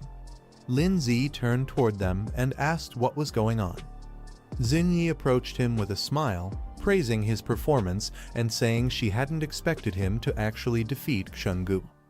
Guan, however, spoke more reservedly, saying that it seemed they weren't very familiar with him yet. Xinyi reminded Guan not to forget that they had already formed a team, and with a playful smile, she pointed out that this meant they were teammates. She added that since they would also be classmates in the future, it was better to reintroduce themselves properly. Xinyi then introduced herself as Guo Xinyi and politely asked for his guidance going forward. Guan puffed her cheeks in annoyance, clearly not pleased with the situation. Lindsay looked at her with mild curiosity and asked what she was doing here. Xinyi explained that she was there to help Lindsay awaken his exclusive soul power. Hearing this, Lindsay looked at her curiously and repeated, "Exclusive soul power?" She confidently added that if they considered her a friend, she could assist them further in the future. Lindsay suggested they find a quiet place to talk, not wanting to discuss such matters in public. An exterior of a building, inside for a more private conversation. Xinyi and Guan sat on opposite sides of the bed, with a clear line dividing them. Guan silently wondered why it felt like they had just checked into a hotel together. Lindsay entered the room and told them to begin. Xinyi responded with a quick "all right" and prepared to start. Xinyi explained that her exclusive soul power was called perception. She described how, even at the age of 7, she could sense information that was extremely difficult for ordinary people to detect, such as a person's aura, location, and even events that might happen in the future. Guan's eyes widened in surprise, and she praised Xinyi's ability as amazing. Impressed by how powerful it was, Xinyi smiled modestly in response. Lindsay asked Xinyi how exactly she planned to help them. Xinyi looked at him seriously and told him to close his eyes. Without hesitation, Lindsay complied, shutting his eyes as instructed. Xinyi then leaned in close to him, bringing her forehead toward his.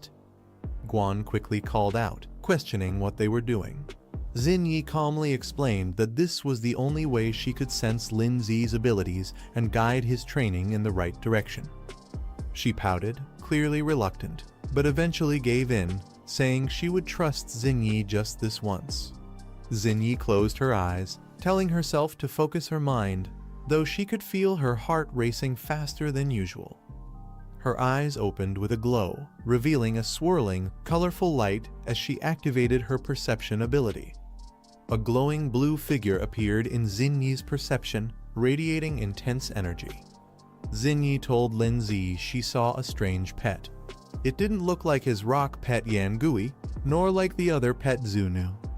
She explained that it seemed more like a fusion state between them, their powers combined into a single entity.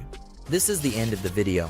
If you guys want to see the next part, then don't forget to subscribe and like the video.